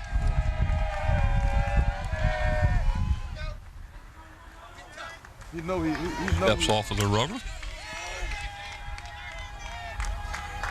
Hit that bit.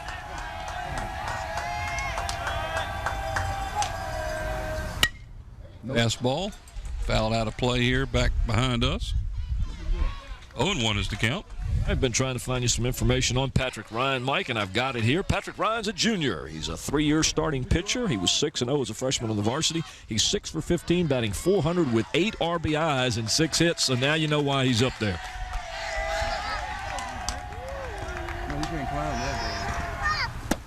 Nice slow curveball. Got him swinging. 0-2 is the count. Schaefer's bread and butter is the breaking pitch, the off speed, the change, and he's been working it like magic today.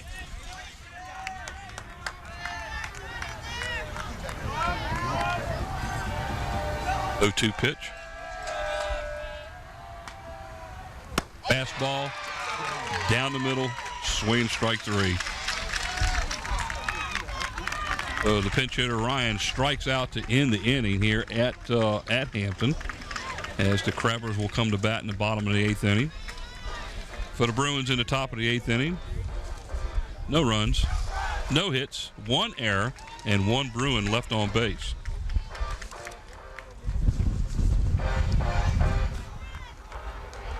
We'll be running out of space here before too long. I'm very close to that already. Of course, I forgot my score sheet, so I'm using a plain sheet of paper. And so we head into the bottom of the 8th inning, still tied 1-1. But the Crabbers in the bottom of the 8th inning, Matt Schaefer will lead it off, followed by Ryan Trimble and Andy Allison. Schaefer had a base hit back in the first. He had a base hit back in the third. And he grounded out to the second baseman in the 5th, so he is 2 for 3 on the day. Not only is he pitching a whale of a game, but he's also doing well at the plate. She is. Schaefer, entering this game, was 28 for 59, hitting .474. He scored 19 runs. He had 8 doubles, 4 home runs, 11 stolen bases, 9 base on balls, only struck out 3 times, has 28 RBIs, 121 total bases. Just to let you know, Alex Wetzler went back into left field, so he re-entered the game, so he's back in defensively. So if he comes out again, he has to stay out. And Mr. Ryan is done for the day, too. So Mr. Schaefer will lead it off here in the bottom of the 8th inning, as the Bruins and the Crabbers battle it out here for district supremacy. Look at the flag. It's almost dormant compared to what it's been the whole time we've been here. Here we go with Schaefer. Curveball, swing and a miss. He had him fooled on that one. He did that. My goodness. Get ready to say he pulled the string on that one, and I think Schaefer was expecting the fastball.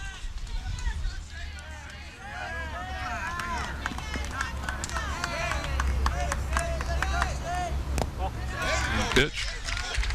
Worked once, he was going to try it again. A little bit low that time. Bounces away from the catcher. 1-1 is the count.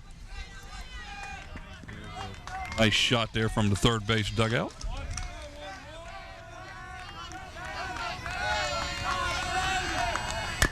Ball. Ball is fouled off of Schaefer's foot. Look who's out there on that third base camera. Renee's taking a nap.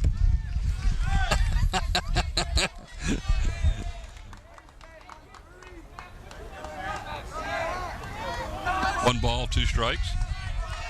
And the pitch. That one actually bounced in front of the plate.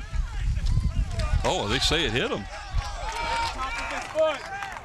Uh-oh. In the ground, we watch that right here. Well, the plate umpire says that Schaefer is going to first base because the ball hit him. I could not tell. You might be able to see it if we get a chance to look at it again. Either way, Schaefer is safe at first base. Nobody out, so the winning run for the Crabbers is on base again. See if we can see anything from here. There's a fly ball to right field. And the out is made, and Trimble is out. Couldn't see anything on that replay, so it's hard to tell. But Steve Reed's right on top of it, and he says it hit him. That's going to bring up Andy Allison. Here's that replay. Let's see if we can see if it hit him. Oh, hey. Hit the dirt right in front of his foot. He's pointing down at his foot right there, so he was begging for it. I'm not so sure the ball didn't hit the ground. Maybe rolled across his foot or something there, but bottom line is he's at first. So let's see what Andy Allison has done. He was hit by a pitch back in the first. He flew out to center field in the third and flew out to center field back in the sixth. So he is 0 for 2. Pitch to the outside corner. 0-1 is the count. Runner at first base is Schaefer. Ooh, nice move. Almost had him going the wrong way. Extra innings here at Hampton High School, ladies and gentlemen. You're watching WHCS Channel 46 Sports. I wonder what they're doing over there. In the are they putting a softball field out there? I heard something about the possibility of that happening. But there's a lot of construction going on back behind the left field fence back there. Everything from that marker point right there all the way to the left back here. And I don't know exactly what's going on. 0-2 is the count. One down here in the bottom of the 8th inning. Pitches outside of play at first base is Schaefer back safely. Looks around like saying, it wasn't even close, guys. Maybe Scotty Bowers knows what's going on out there. He hangs around with all the money people from the city of Hampton school. Go ahead, Scotty. He would know what they're spending it on. Here's a foul ball out of play. I tell you what, I'm interested to know what's going to happen over at Darling Stadium.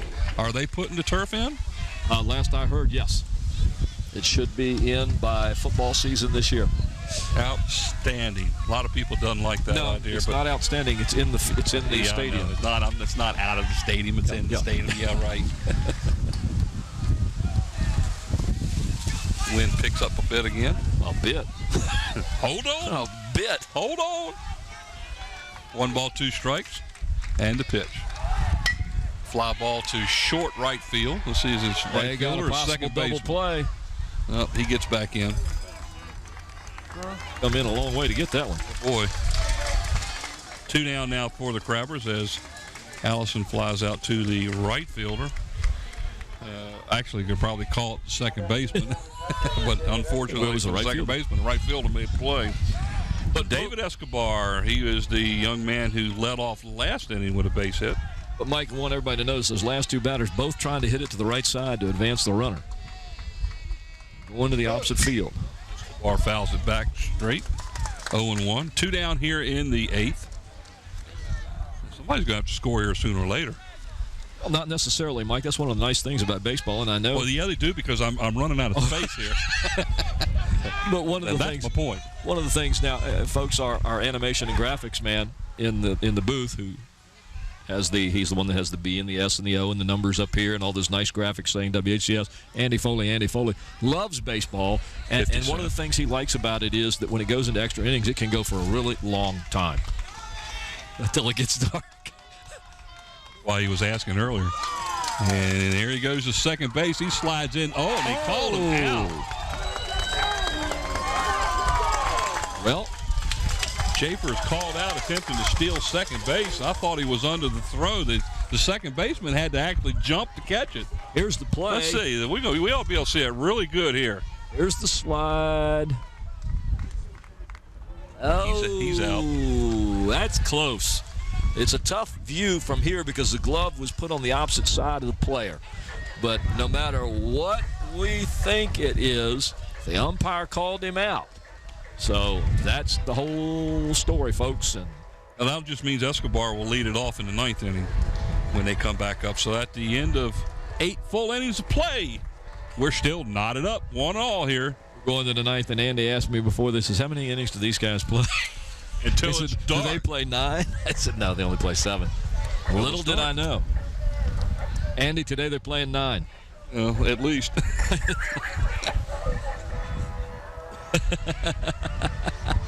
Somebody get ready to call in for dinner. Schaefer is going back to the mound again for the 9th inning. You see some of the fans over by the Hampton Crabber dugout, behind the dugout, some of the young fans. Looks like one of the student athletes there. I'm not sure whether that's soccer or whether it's softball. It appears to be soccer. the young ladies that plays for the team. They must have had a game this afternoon. Jared Jeffries for the Bruins will lead off the ninth inning for Bethel. Base hit back in the third and scored Bethel's only run. Flew out to center field and hit a comebacker to the pitcher back in the seventh. So he is 1 for 3 as we get ready to start the ninth inning to play. That's such a nice picture there. And there's Andy Williams, the other umpire of the game. He's the one that does the bases and carries around the famous name. As you can see, it's 315 to right field, it's 355 to center, and 315 to left. And with the wind blowing in today, not too many balls have gotten out to those areas at all, except for that one that was caught in center field. Let's go, guys. Let's go.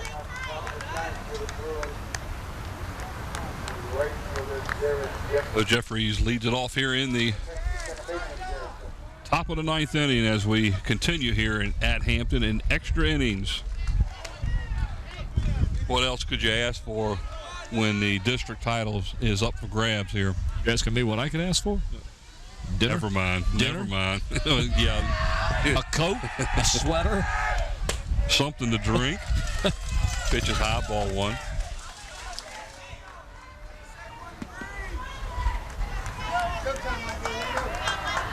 Just to let Andy in the truck know, we've got at least another 2 hours of light. Easily. I went out to dinner last night, and the sun was still out at 8:45. It's only 6:23, 6:24? Yeah, most games in the district are already done, and the guys are at home. No. I beg to differ with you on that. Most of the games I've done at Kicktan this year, we don't leave till around 6:45. Well, that's because of all the runs that are scored. That's cruel. I'm sorry, I couldn't help that. Cruel. You had to say it, didn't you? Oh, my goodness. 3-0 is the count as Jeffries is looking for a free pass here. Try to get that lead runner on for the Bruins.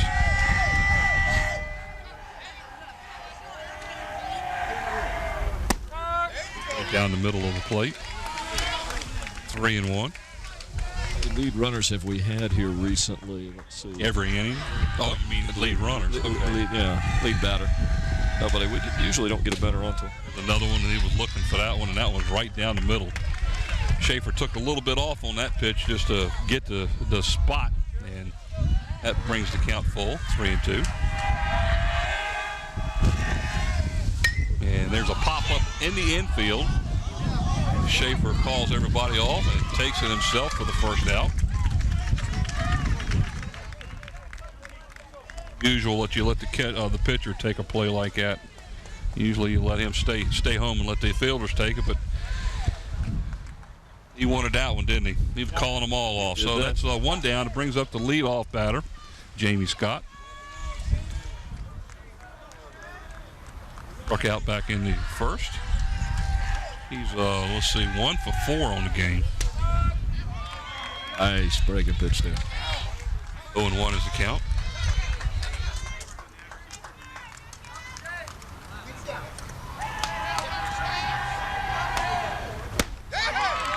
And this had to put a little bit of mustard on that pitch.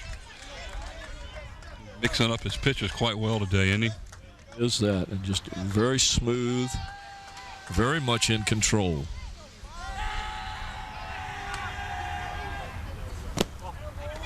Curveball outside. Andy Allison had to go way out to get that one. Take a little bit of time there as the plate umpire will kind of kick off the dirt there to give him, Andy, a little bit of time behind the plate. You see that a lot nowadays when the catcher gets hit by a pitch. Umpires will take time and walk around. There's a fly ball to center field. Straight away. And the catch for the second out. That ball just kind of died out there. 2 down now as that's going to bring up Zach Sanders. Sanders popped out to the shortstop in the first. Had a double and an RBI back in the third. Grounded out to the third baseman in the fifth. And he struck out back in the seventh. So he is 1 for 4.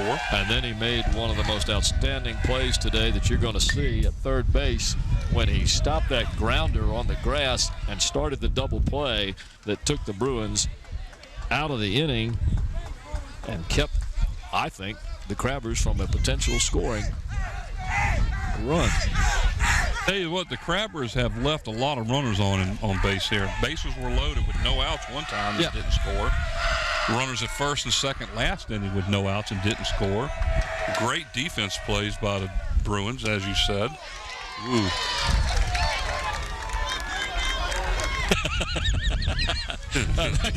I'm looking at Zach Sanders' face. He just looked up at me and smiled and looked like, what?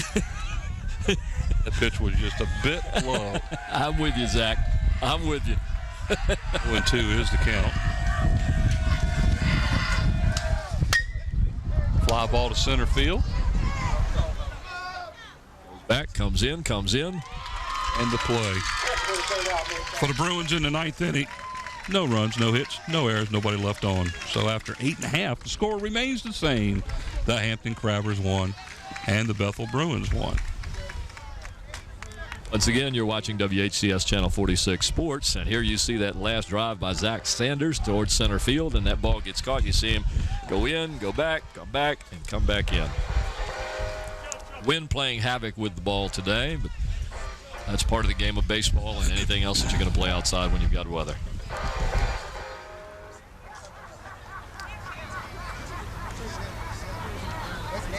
So we will get ready to start the bottom of the 9th inning here. Still tied up again, 1-1. Leading off for the Crabbers in the bottom of the 9th inning should be the Crabbers left fielder David Escobar, as he was at the plate when Schaefer got thrown out trying to steal back in the bottom of the 8th inning. Interesting note here, Mike. In the last inning, Hampton had their leadoff batter on and could not get him around. The inning before that, they got their leadoff batter on and could not get him around. The inning before that, got their second batter on and couldn't get him around. Very, very much unlike the Hampton Crabbers, who do play fundamentally good baseball. It just attests to the tough pitching that's going on today, along with the good defense. Well, defense has been outstanding by both teams today. It's unreal. But so is the pitching. But the defense for the Bruins is what's kept it close, too. More so than on Hampton's side. I mean, young man down at third base for the Bruins, Zach Sanders. Zach Sanders has played a whale of a game. Yes. So here we go as we lead off the bottom of the 9th inning. Still tied 1-1. David Escobar, left fielder for the Crabbers. Shively still on the mound for the Bruins as he winds up. Fly ball to right field. Plenty of room, and the play for the out.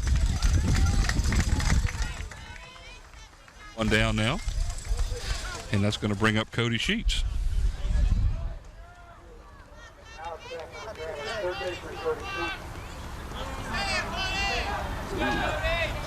Clouds disappear and the sun comes right down on us as we watch that last catch in right field. Nice play. Cody Sheets is 0 for 2 as he's been on base after being hit by a pitch back in the second. That one's in there for a strike.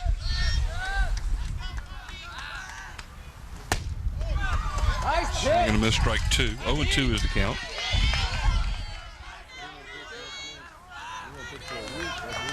See a little bit of the fouled straight back. Looking at this camera view, you can see a little bit of the Hampton's practice football field back there in the distance.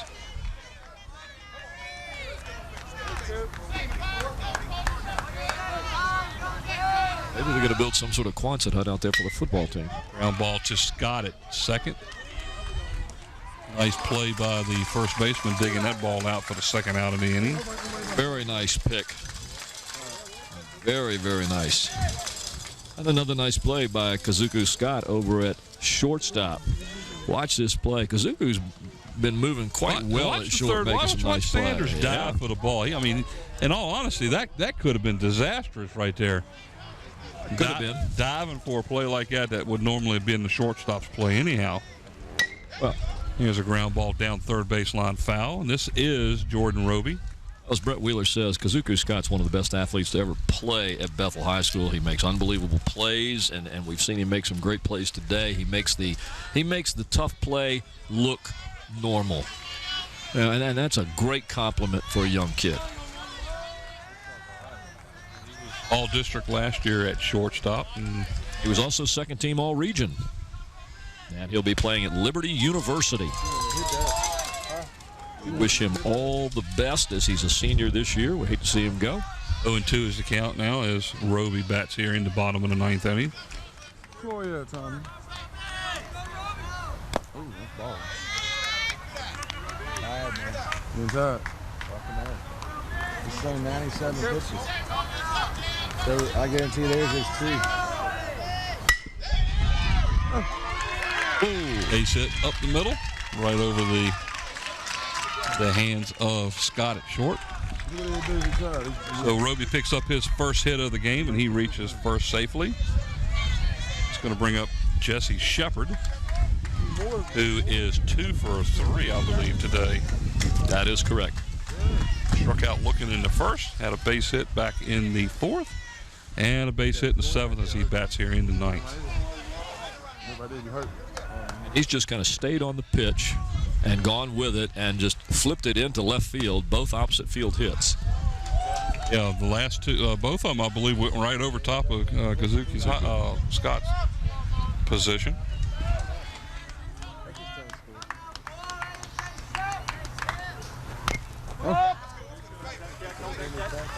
I'll tip back. Tell you what, I believe there's more people here now than there was earlier. Looks like we're getting a lot over there on the third base side fence past the Hampton dugout. And then, oh, yeah, look at all of them over there. That's right behind us to the right. And you can't see, but to the right of your screen, just past the dugout, there is a whole group of people out there. And there's a bunch of cars parked out there, too. Right around the bunt and fouled it back. 1 ball and 2 strikes now. This is the way it should look at every high school sporting event. People should come out and support high school sports. These kids work real hard in the classroom just to have the opportunity to come out and play sports, because if they don't do well in the classroom, they can't come out here, Mike. Fouled that one back. Just got barely got a piece of that one.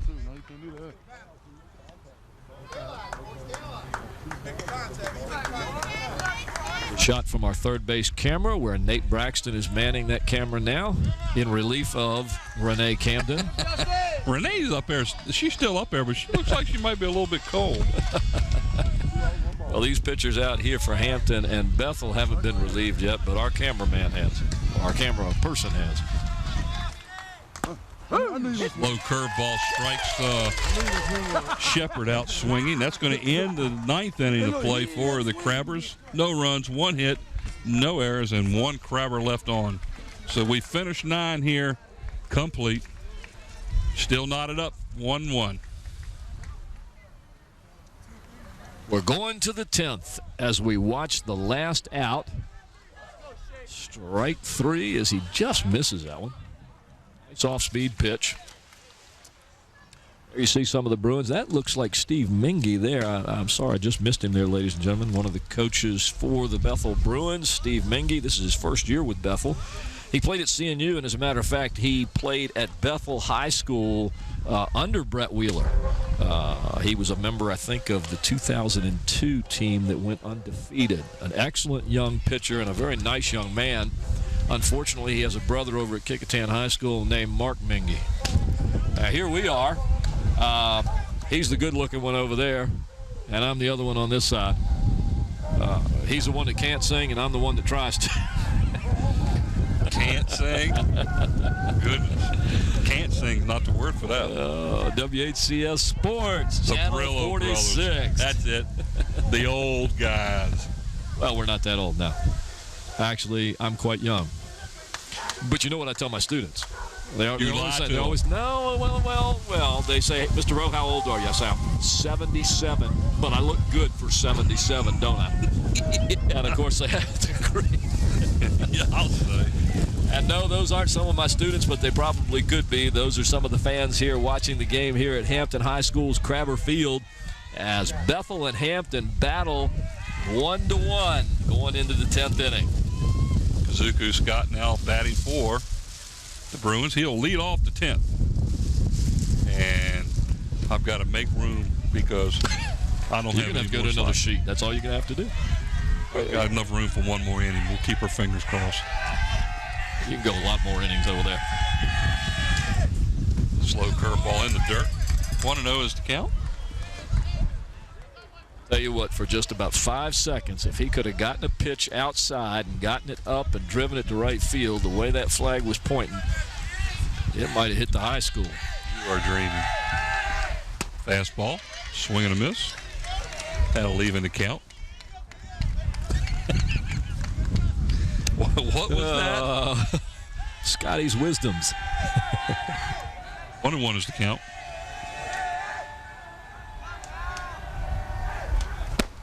Swing and a miss. Yes. One of us got it. 1 ball and 2 strikes. I didn't hear him. That's why I didn't.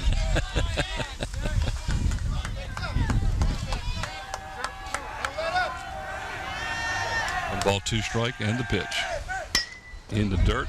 Ground ball to third. He's going to have to hustle to get this one. Couldn't get it out of his glove, Mike. Base hit for Scott to start it off.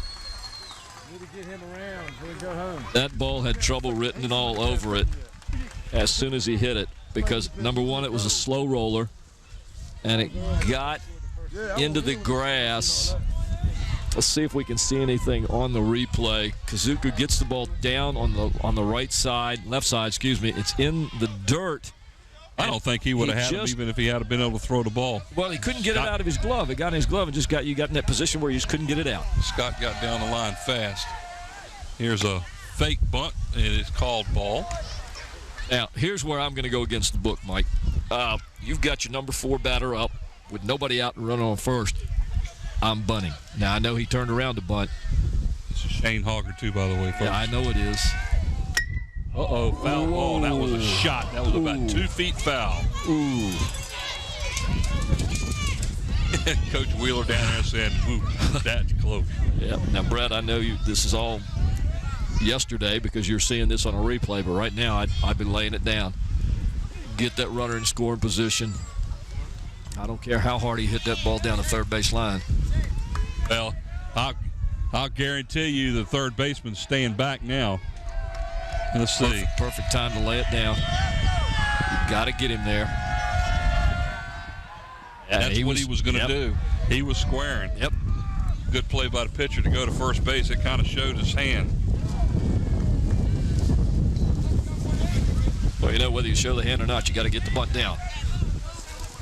Whether they know it's coming or not.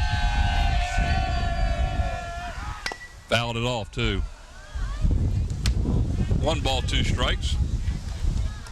Well, I guess that takes the bunt away.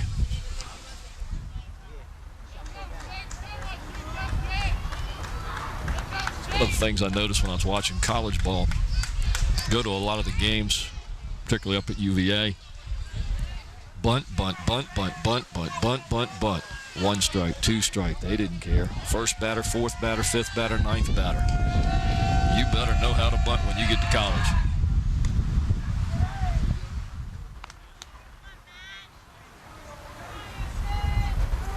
Go through the fundamentals every single day.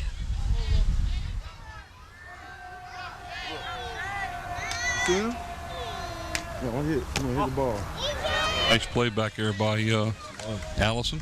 I heard the dirt and I expected to see some running.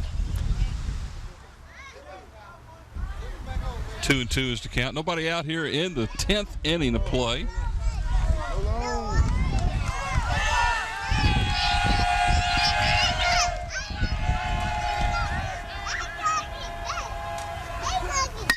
Ground ball through the hole. And that's going to put runners at first and second.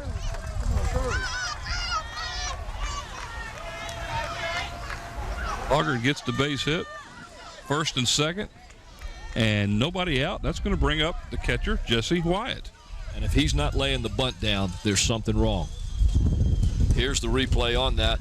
Nice coverage by Sean Fields, the shortstop, as that ball went through the hole between third and short. Third baseman came over for it. ball went into left field. Sean Fields continued to the right to cover third base in case the runner came around second. But right here, Mike, they got a bunt. First and second, Bethel's nobody got out. a pinch runner in there now, and I can't see his number. Get it for you here. You've got to stay out of the double play. The only way to do that is to get the bunt down. You've got to get the runners to third base and second base and stay out of the double play. You don't want to bounce the double play, even if you get your runner to third. Now you got a runner at third with 2 outs. It's not the same as having runners at second and third. There it is. There's the bunt. And there's nobody at first base covering. Schaefer was not happy. Goes as a fielder's choice. You gonna give him a base hit? Okay. I sure am. Sorry about that. Okay. There he is. You see Schaefer. Schaefer fields the bunt, turns expecting to find somebody at first base, and there's nobody there at all. Well, the third baseman came in for the ball. The shortstop Fields went to went to third base to cover the open base, and Mitchell went to second to cover the base. Nobody was at first base because the first baseman came in to cover too. So everybody in the infield is in tight here. As the batter now with the bases loaded and nobody out is Josh Pryor. All he's looking for, folks, is a pitch to drive out of the infield. That's all he wants. He doesn't care where it is as long as he can drive it out of the infield. Nice curveball swing and a miss. 0-2 now is the count. Playing small ball now. He took a ball in my house last night, too. Now the sun starts to be a factor with us. Look at all that blue sky up there now. Andy Allison he and Schaefer talking about something.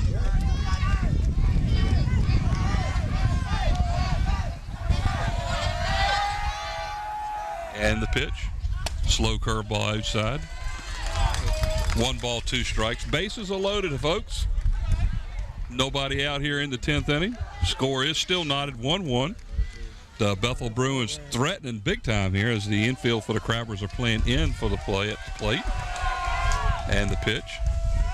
Fastball is fouled back, out of play. Pryor hangs in there. Still 1-2 the count. You look like Christopher Columbus over there. Hand up. Shade the eyes so we can see. Just hear somebody in the truck saying, "No, well, if you want to see, open your eyes." You know, I can hear it. Bases loaded. And the pitch. Oh. Fly ball to center field. That should score a run. Come on in. And here's the throw in. And the score. Kazuku Scott comes in to score the run as the Bethel Bruins now lead 2-1. Runners stay at first and second as Pryor flies out to center field for the first out and gets the RBI.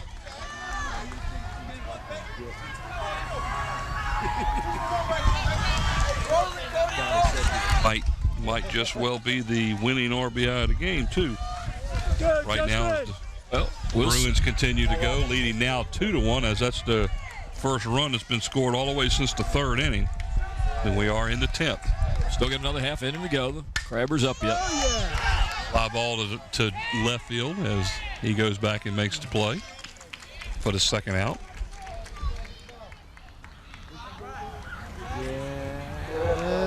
That'll be 2 down now.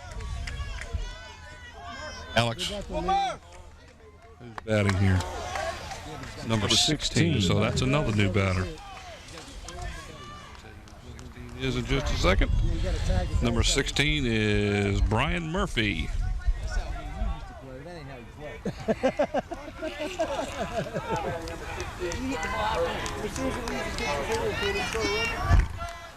Murphy comes to bat with 2 down here in the 10th inning. Brian Murphy, 5 hits and 18 at-bats, hitting .277 with 2 RBIs for the Bruins. Quick little swing. 0-1. Runners at first and second. Wind's calm down. Yeah, notice that.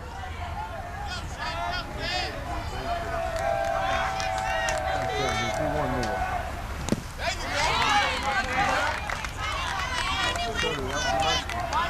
In the dirt, swung, miss. 0-2 is the count to Murphy.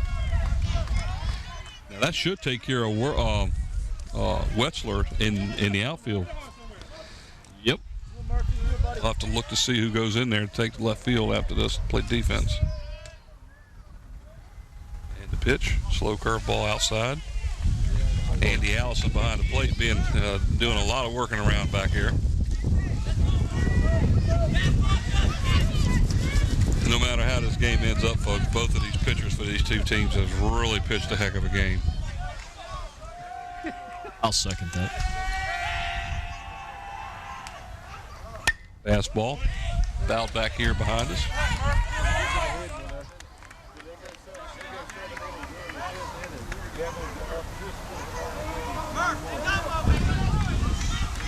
One ball, 2 strikes is the count. 2 down here in the top of the 10th inning.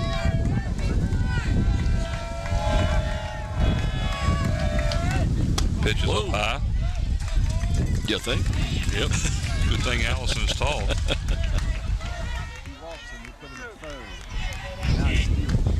pitch was way above the batter's head. 2-2 is the count and the pitch. Fly ball to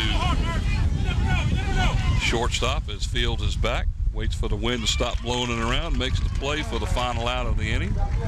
And for the Bethel Bruins, they come up with a run on 3 hits. And they leave 2 on. So after 9.5 innings of play, the Bethel Bruins strike pay dirt, take the lead 2-1. There's that last fly out. As you see Sean Fields hustling back onto the grass to make the catch and end that part of the inning as the Bethel Bruins take a 2-1 lead here at Hampton High School, where WHCS Channel 46 Sports is bringing you Peninsula District Varsity Baseball. The 2 top teams is Danny Mitchell and Coach Tremble. Take a look at their team. They've got one last shot here. They're down 1. And Mike, Hampton is close to the top of their lineup, if not at the top of their lineup. Is that correct? They should be. That's right. Sean Fields is going to lead it off here in the 10th for the Crabbers. So they've got the meat of the lineup here, right off the top, as we enter the bottom of the 10th inning. Bethel 2 and the Hampton Crabbers 1. What a game! What a game! It's been a good game. It's been a really good game. It was an enjoyable game to watch. Nice field, great shape. Is Shively still on the mound? Yes, Shively's still on the mound. Schaefer's still out there. These kids have just played really well today, indicative of why they're the top 2 teams in the league this year. This is one of those situations where you really feel sorry for either one of these pitchers that ends up losing this game. Yeah, you do. And as well as the team itself, Mike. I mean, both these teams have played well enough to win here today, and both of them probably deserve to win. But right now, it's Bethel that has the 1-run lead. And the bottom of the 10th inning, Hampton's going to start with the top of their lineup.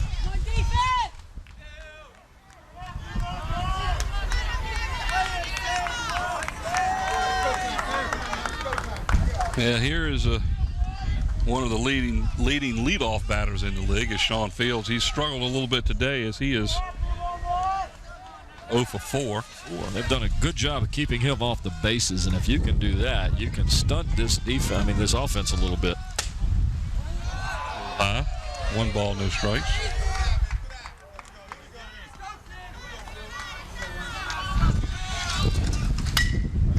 Can't see where it went.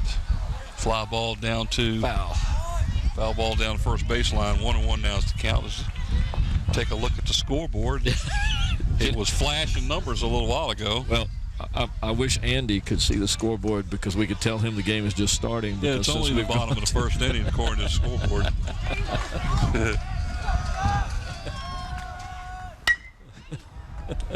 Ran out of innings, not zeros. Fouled back out of play again. 1 ball, 2 strikes.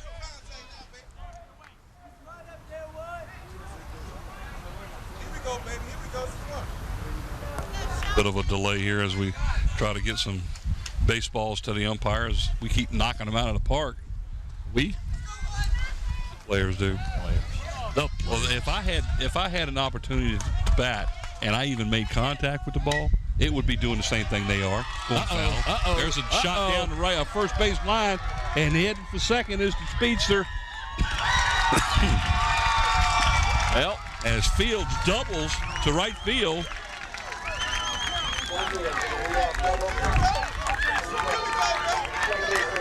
So the Crabbers are in business now as Matt Mitchell comes up to bat. Matt scored the Crabbers' only run way back in the first inning. Sean Fields with his 5th double of the season. He's only got 1 triple, but you could tell as soon as that ball was hit to right field, Sean Fields is not going to stop at first base on that kind of Let's see if they're going to play small ball and try to get him to third. I would.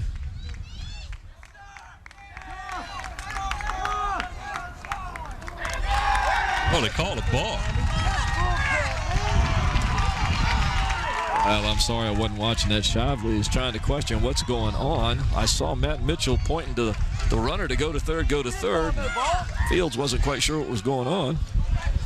We've got now we're going to have a delay in the game as I never saw what happened. I was looking at. Oh, that was a fast change. Yeah, and there's Brad. He's not real happy about what's going on. He can't figure out what the balk was called for, but I saw Andy Williams point something. When he's standing there with his hands on his hip, and he took his right hand and pointed across to his left side. So with a runner at third base and nobody out, Matt Mitchell now bats. And the speedster, Sean Fields, is down at third base, and that pitch was a high fastball that Matt went for. 0-1 is the count. He was just looking to drive that one into the outfield. That's all he wants. All he needs to do is make contact here. There's the bunt down the first base line. Safety squeeze. Nope, he didn't come. Nice play by the first baseman as Mitchell is out at first on a fielder's choice. Unassisted play there by the first baseman.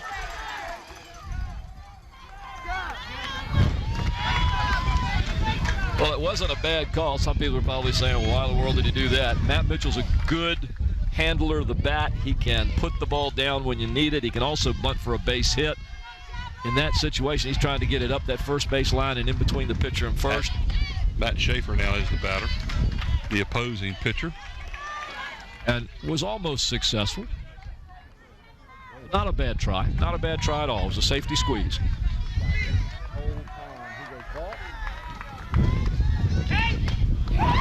Curveball swing and a miss. 1-1 is the count. One down here in the bottom of the 10th inning. Bethel out in front 10-1. Tying run for the Crabbers and Sean Fields standing down at third base.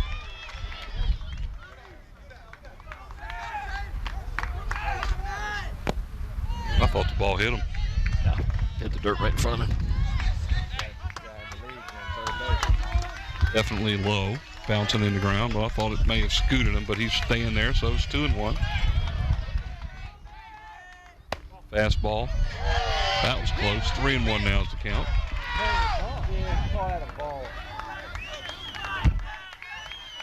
Come on, guys.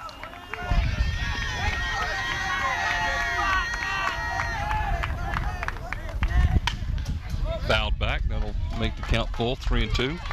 A little low pitch right there.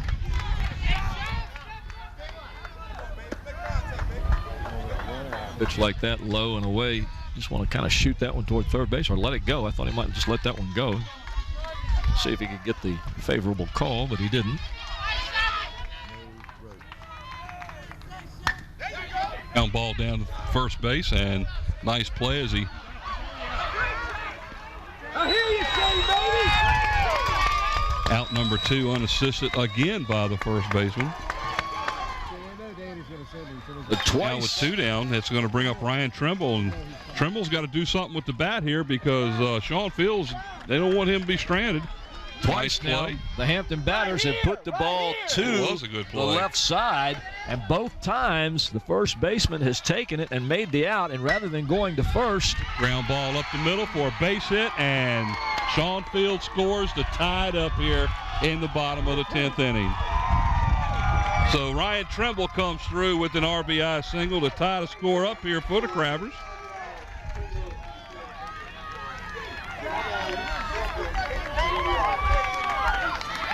Anyway, Mike, as I was saying, both times they hit it up this right side of the field, but both times the first baseman got it.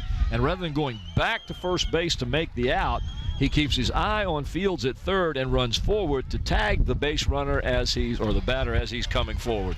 Like we're going to have a pinch runner in for Ryan Trimble. Let's see who that is. Number 16. You've got the papers over there. Number 16 for the Crabbers is Mickey Johnson. Mickey Johnson talked to his dad, Rick, earlier this afternoon. He's over here somewhere with his wife. Here is Andy Allison now batting, trying to keep this thing going, and that hits him. So Allison will make it to first base. Going to second base now is Trimble.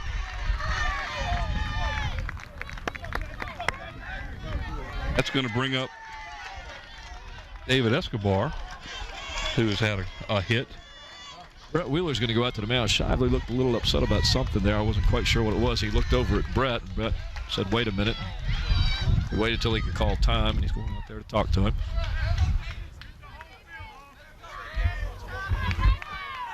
So the double by Sean Fields will lead off the inning and advance into third on a balk has bitten the Bruins as he comes in and scores on a 2-out single up the middle by Ryan Trimble to tie it 2-2 here in the 10th. Winning run now at first base. Second base. Oh, I'm sorry. There is second base. There's a ground ball. Nope. Or a fly ball to center field. And the out. So guess what, folks? We're heading for number 11. And it looked like he lost that out there for a minute and then captured it again. Oh, my goodness. You got any room over there? Got enough room for one more inning. So they scored one run on 2 hits and no errors and 1 run on 2 hits, 2 left on by the Crabbers. So after 10 complete, we're knotted up at 2 apiece here. Who'd have thought, or who'd have think? Who'd have thunk? Okay. As we get ready to start the 11th inning. Hey, Andy, it might get dark. It might. Let's see who's going to lead it off for the Bruins. It looks like it's going to be Jared Jeffries. He should lead off the 11th inning. Then we'll be back up to the top of the lineup. It looks like we've got a new pitcher. Looks like Ryan Trimble has come in to pitch for the Hampton Crabbers, ladies and gentlemen. Number 12, Ryan Trimble, who was on first base. And going over to first base is the previous pitcher was Schaefer. So Schaefer goes to 3, and Trimble goes to the mound. Trimble with 10 innings pitched today. Gave up 2 runs, both earned. And if we want to look at the Bethel Bruins, Shively went 10 innings and give up 2 runs.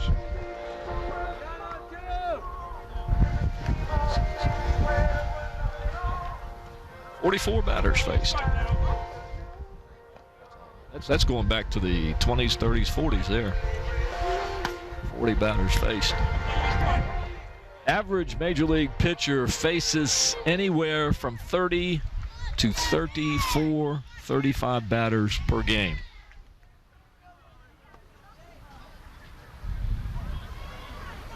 Jared Jeffries for the Bruins will start it off here in the 11th.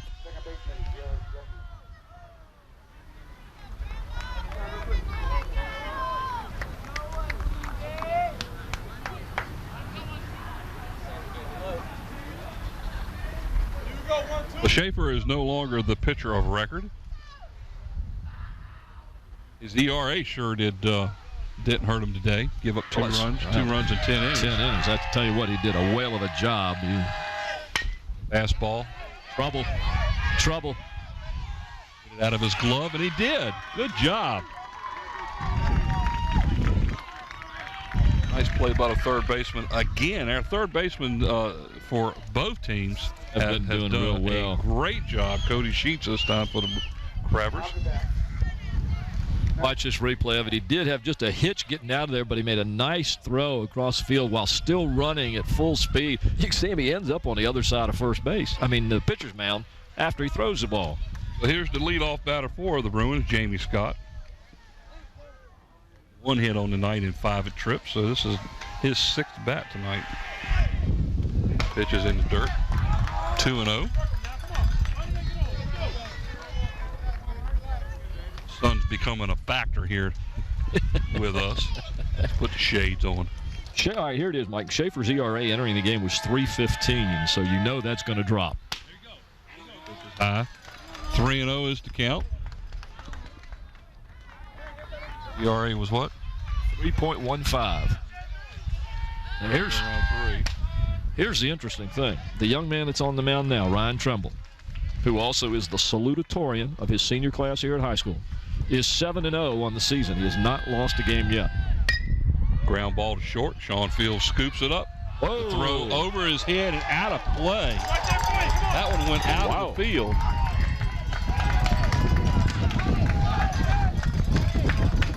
So that's going to go as an error on Fields. And moving over to second is Scott. A two-base error, throwing error, or rare throwing error by Sean Fields. It's going to bring up Zach Sanders. That young man's only made 3 or 4 errors the entire year. So that's just an oddity. But then again, so are 10-inning ball games, or 11-inning ball games.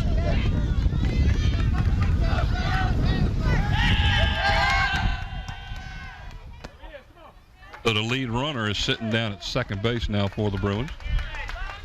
Zach Sanders is at the plate. He's doubled once today and made a great defensive play at third base.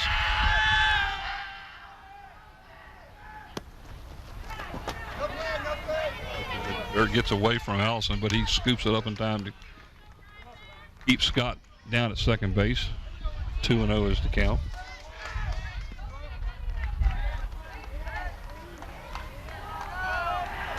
Bethel's lead runner down at second base. Oh, nice throw. Nice pickoff play. He was safe.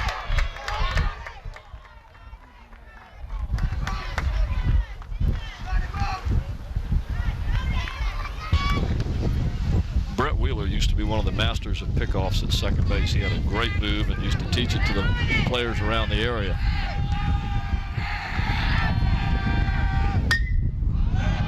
Pop up in the infield.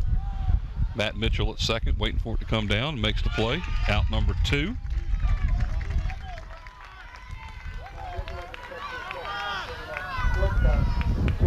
Suzuki Scott now will come to plate. Here's that last play. That was what you call a rainmaker there. That ball was way up in there. Boom. No. Not with first base open, and they're going to intentionally walk Scott. Well, I think that's a good idea. Absolutely. I was just looking at my scorebook here, and I've got it. Last time he was up, he singled. The time before that, he singled. The time before that, he singled. The time before that, he singled. And his first at bat was the only time he got out. So I think that was probably the wise thing to do. Dane Hoggard will come to the plate now. Number 18, he is the first baseman. This also, for those of you maybe not as well acquainted with the game of baseball, also sets up the force at both first, second, and third.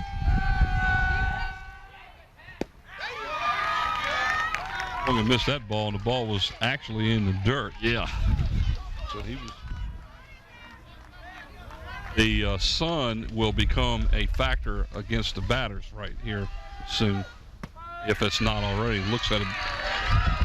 Looks at a pitch down the middle, call strike 2. 0-2 is the count. 2 down, runners on first and second for the Bruins here in the top of the 11th inning. Score still knotted 2 apiece. Here's the pitch.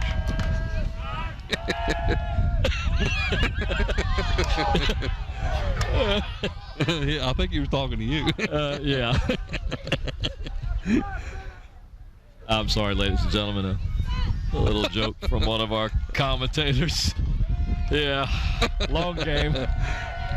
There's the pitch. He swings at a ball that's in the dirt, and the throw down to the bag is the out. So the Bruins threaten, but come up empty as Hoggard swings and misses a third strike for the third out. No runs. There were no hits. There was one error and 2 left on. Here's that last play, swing and a miss. The ball goes past the catcher. Hoggard down the first base line, thrown out easily for the third out. Now I've run out of space. And I'm just getting ready to make that announcement. That's why I was just kind of looked like I was zoning out a minute ago. I was looking at my paper thinking, all right, I have no more room. Look at this. Look at this. Hampton, I've got one room. Look at this. I've run out of room. Over here, I got room for one. So if the Crabbers can score a run here and take this game, my book will be okay, and your book will be okay. He says it'll save a tree. Well, ladies and gentlemen, this is WHCS Channel 46 Sports bringing you Peninsula District varsity baseball from Crabber Field at Hampton High School. We, as you can see on the screen, are in the middle or bottom of the 11th inning in a 2-2 tie ball game between the two top teams in the Peninsula District, the Bethel Bruins and the Hampton Crabbers. The Crabbers coached by Danny Mitchell and the Bruins by Brett Wheeler, both former ball players here in Hampton City School System. But the Bruins have a new pitcher on the mound, and that's Jack Maxey, number 12. Jack Maxey? No way. Who it is? Jack Maxey. Is the Maxey family here? I taught. You teach everybody. I taught the Maxey family. You teach everybody. Amanda was one of my first students that I had years ago. Lovely young lady. Folks, if you haven't seen it yet, he's almost standing up looking. Well, I didn't see Jack's name on here anywhere. Jack, I didn't even know he was in high school yet. He's just a little guy, but look at him. He's not little anymore. Cody Sheets is going to lead it off for the Crabbers. The game's tied up here 2-2. We are in the bottom of the 11th inning. No outs. First pitch to Sheets. Ball 1.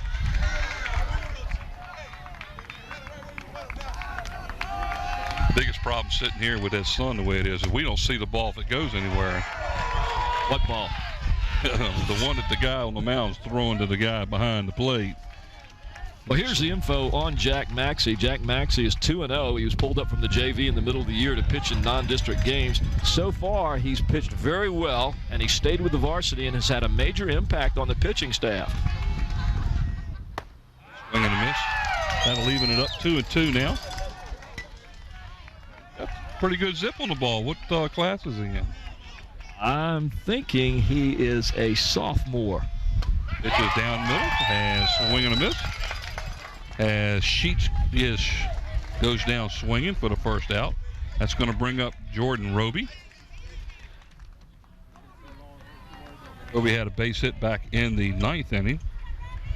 So he is 1 for 3 officially with a been hit by a pitch also.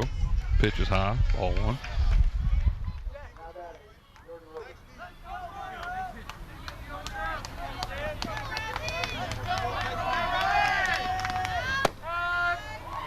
Down the middle for a strike. 1-1 is the count. Maxey family's been associated with baseball in the Peninsula area, especially in Northampton area, for many, many, many years. Squares around the bunt and fouls it straight back. 1 ball, 2 strikes is the count. Mr. Maxey has coached several teams. He's been coaching Jack ever since he was a young man.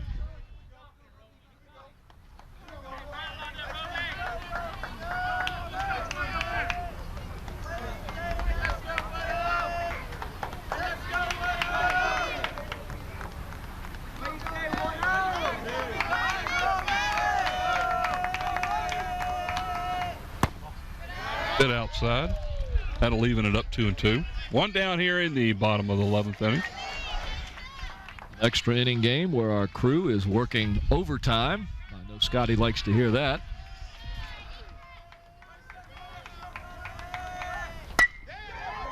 I like that. Fly ball to center field and the play is made. And we're out of the budget. Everybody's working free. That's all right. Fly ball to center field for the second out of the inning. Once again, I'd like to thank our crew and recognize them as you watch the replay here that goes to the outfield. for that out on our cameras today. Nate Braxton, Susan Bowers, and Renee Camden was earlier, but she's now helping Nate. The graphics and animation is Andy Foley, the slow motion man, Mike Nowinski, the camera control operator, Sarah Myers, production and audio assistant, Renee Camden, the audio chief engineer, Don Scharouse, and the man, the director, the producer, Scotty Bowers. I'm Paul Rowe along with Mike Hauser. There's up the middle, and Kazuki Scott bobbles the ball, and Shepard's going to make it safely with an error. 6 on the play. That'll bring up the top of the lineup again, and Sean Fields will come up to bat.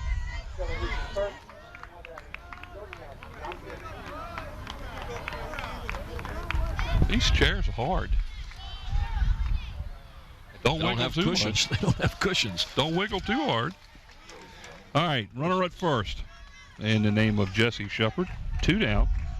The leadoff batter is up to bat now is Sean Fields. 1-0 is the count. Win and run down at first base. Excuse me. Called that a strike. I thought it was low. It looked low here, but he called it a strike. I think Sean Fields thought it was a little low, too. Last time Sean was up, he hit a double down the right field line. Wow. Nice pitch. Whoa, whoa, whoa. This whole side of the field over here is not too happy about that one being called, or not being called. 2 balls and 1 strike. Fields scored last inning to tie it up, keep the game going. That was fouled straight back. 2-2 is the count. He looked like he was trying to drive that one down the right field line again, too, Mike. He held back on that one. Kind of opened up. Yeah, nice double. He kind of opened up just a wee bit toward that right side.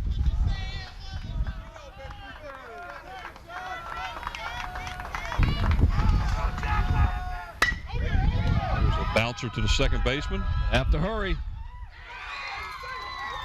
Called him out. Nice play by the second baseman. That's going to end the inning as we're heading for 13th. And it's official. I'm out of room. Both out of room.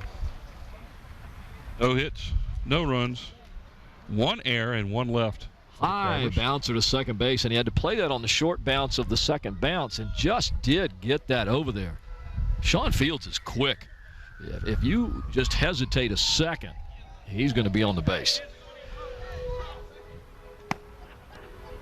Well, ladies and gentlemen, this program was supposed to be airing at 7:30 tonight, and by my watch, it is 7:15. Well, that probably means they're going to be showing something else at 7:30.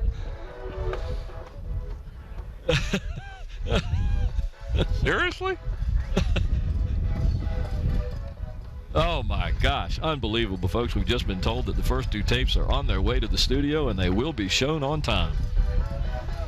We're already, what, in our 3rd tape now?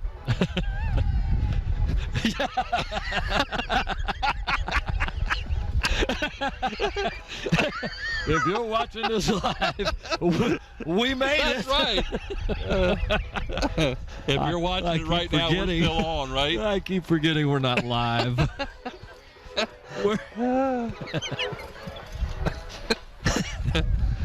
Oh, Lordy. It's the 12th inning. They're going to have to go by numbers now because I've run out of space. I don't know who's batting. Put me in, coach. I'm ready to play. Jesse Wyatt will lead off the 12th for the Bruins. And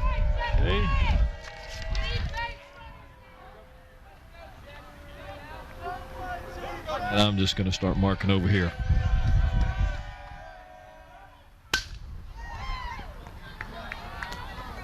Bounce the ball to Sean Fields for the out. This is the 12th inning. 13th inning, right? 13 over this. Start marking it there. 12th? I thought we were 13th. We're 13th. Top of the 13th. There's the replay. Nice bouncer to Sean Fields. This time he makes sure the throw, gets it over there to make the out. Top of the 12th inning. Count the boxes. It goes up to 9 and then 10 and 11.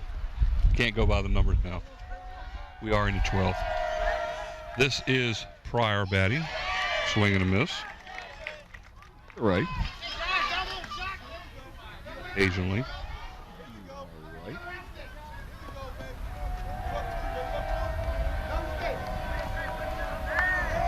Still pitching for the Crabbers. Ooh. That was a good pitch right there. Well, that's the one he was calling a ball on the last inning against Bethel, so I guess he's keeping it steady. Curveball, nice curveball. Yes, it was. Looking at it as he gets a call strike. Raise. So he looks at a third strike. That's 2 down now. That's going to bring up number 11, Justin Shively.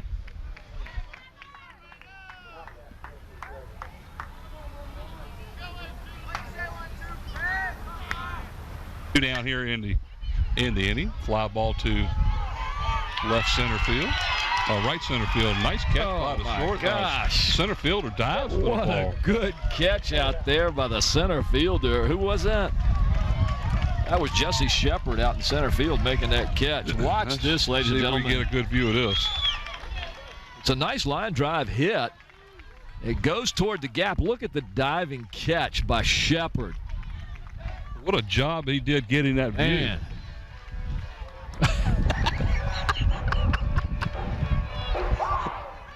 I'm not saying it. You're watching WHCS Channel 46 Sports. We're in the bottom of the 12th inning as the Bethel Bruins and the Hampton Crabbers are tied up at 2-2 here at Crabber Field at Hampton High School on May the 9th, 2008. And there we are, and you can see I'm beginning to freeze up here because it's getting cold. The sun is going down. The wind is blowing. And Mike can't see. Well, he never could see anyway, so there's no problem there. Ladies and gentlemen, I hope you're enjoying this game. It's a great game so far. Hampton and Bethel tied at the top of the division for the championship. Whoever wins this has a good chance of getting a bye into the regional. Each of them have one more game. Hampton will be playing Warwick, and Bethel will be playing Kecoughtan. If you assume wins in those games, Mike, then this game is the big game. Yep. But you never want to assume What more could you anything. ask? I mean, we're in the bottom of the 12th inning of a game that's tied up 2-2. You keep asking me what more could I ask. Now, twice I've told you a coat to keep me warm. 3 times I want some dinner. Well, that's usually my Yeah, I know. my line. Matt Mitchell will lead it off for the Crabbers here in the bottom of the 12th. And I think we've lost count on exactly what Matt's done today. I mean, let's see. Well, let's Had a see if we base can hit figure in the this out. first. Had a base hit in the let's see, wrong. Base hit. He's only hit the one. He's 1 for 4. 1, 2, 3. He's 1 for 5. Yep. 1 for 5 is Matt. That pitch was a strike. Pitch is high. Both pitchers that started this game went 10 innings. They are off the hook as far as win and loss. Holds back on the pitch. Good hold on that.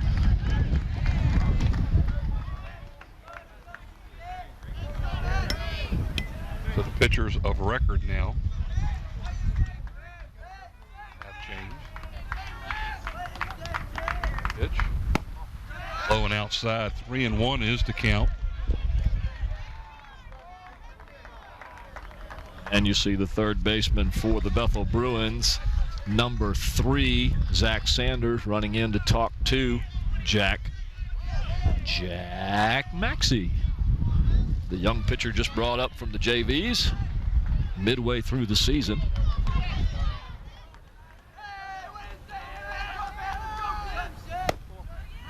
And Mitchell takes the pitch high, and he gets a walk. Oh, Hampton gets the leadoff batter on again, this time in the bottom of the 12th inning as Matt Schaefer will come up. Well, let's see what they do this time, Mike. Here again, they have the leadoff batter on. Are they going to bunt him over? You're in a He's tie 2 ball for game. 4. He's 2 for 4, and made it safely by being hit by the pitcher. Last time he was up, he tried to get that ball down the right side to advance the runner. There's a base hit right down the first base line, and they called it fair. Here comes Matt. He's at third. He's going to hold him up at third on a double by Schaefer to right field. And let me tell you, that was close. That one went right across the bag. Yes, it did. So the Crabbers have the winning run standing down at third base with nobody out here in the bottom of the 12th inning. Watch the replay. Watch the ball, ladies and gentlemen. Here it comes right down the line and right smack dab over the bag fair. That was a great shot by our camera crew. As you could see that ball go right down the line, go right over the center of the bag at first base. A great call by the Blue. So Trimble is walked intentionally to load the bases. Andy Allison will come up to the plate as he will attempt to try to knock the winning run in. Nobody out here in the bottom of the 12th inning. So the Crabber catcher now comes to bat with the chance to be the hero for the Crabbers.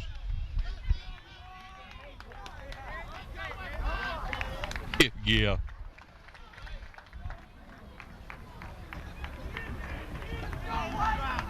We got to give special recognition to the two starting pitchers and then go from there. So we still have to pick players of the games, and you're right. And yeah, it's going to be tough, ladies and gentlemen, because and I'll just tell you on open air right here that you got to look at the two pitchers that started the game and how well they pitched all the way. But as was three for six. Done well, but right now you're looking at a situation where the winning run could score on a hit or play. A walk could also win the game. And that player would have to be right there as one of the players of the games. 3 for 6 with a double to put the winning run in third. There's a pop-up foul ball here out of play, or back straight down. What do you think? I was waiting to catch the ball. Oh, it didn't screen up there and bounce straight down. Let's see what happens here. Let's see what happens here. I wouldn't argue with anybody today on the way these guys have played.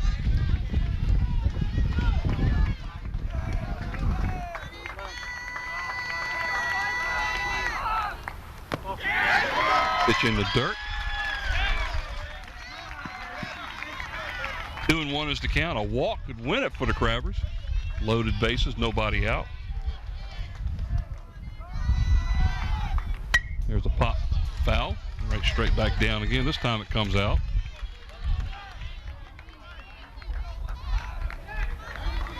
I think more because of his defense. Well, he's had a couple hits too. Yeah. Yeah, there's no doubt. 4 of them. Whoa, outside corner. That's 3 balls and 2 strikes. We got the payoff pitch coming now as Allison has a count of 3-2. Nobody out, bases loaded. And the payoff pitch. Fly ball to left field over the left fielder's head. A base hit wins the game as Matt Mitchell comes in to score the winning run on the RBI single by Andy Allison. Final score here at Hampton, the Crabbers 3 and the Bethel Bruins 2 after 12 innings. Look at the players as they celebrate on the field. Ladies and gentlemen, we've played almost 2 games here this afternoon at Crabber Field at Hampton High School. A super game. You didn't want to see either team lose, but it finally came down to this. There you see Matt Mitchell as he comes along the line along with Sean Fields and Tremble, some of the other players. These guys have got to be tired. You hate to see Bethel just played a whale of a game. You hate to see them lose. But I would have hated to see Hampton lose too. I wish we could have gone home tied. Well, the Crabbers improved now to 14-3 in the district, and they are 15-3 overall, and the Bruins are 16-3 overall. The Bruins will drop into the second place and a possible tie with Minchville, depending on what they did today, for second place, as they now will fall to 13-4 on the season with 1 game left. And I tell you, what a great job this was. I mean, it was a lot of fun doing this game, 12 innings, and now the sun's starting to go down. You see me shaking. You see me shaking over here. we got to decide what we want to do on our players of the games. We got to give special recognition to the 2 starting pitchers here. We really do. Well, I think Schaefer definitely has to be one of our players of the game. Well, yeah, because he was 3 for 6. He had the double to put the winning run at third base with no out. So, I mean, as far as Hampton's concerned, the actual player of the game for the Crabbers has got to go to Schaefer. I mean, he what a great job. And for Bethel, the one you pointed to a minute ago, with the exception of the intentional walk, he had 4 hits? 4 for 5. Kazuku Scott played some great defense. I think he probably, Shively pitched a whale of a game, but I'm going with Kazuku Scott. Well, I guess we'll wrap it up here at Hampton as the final score here. The Hampton Crabbers take the lead in the district with a 12-inning win by a score of 3-2 over the Bruins of Bethel. Mike Hauser along with Paul Rowe and the rest of the crew here at WHCS Channel 46. Take care, and we will see you at our next contest. You've been watching WHCS Channel 46 Sports. Good night.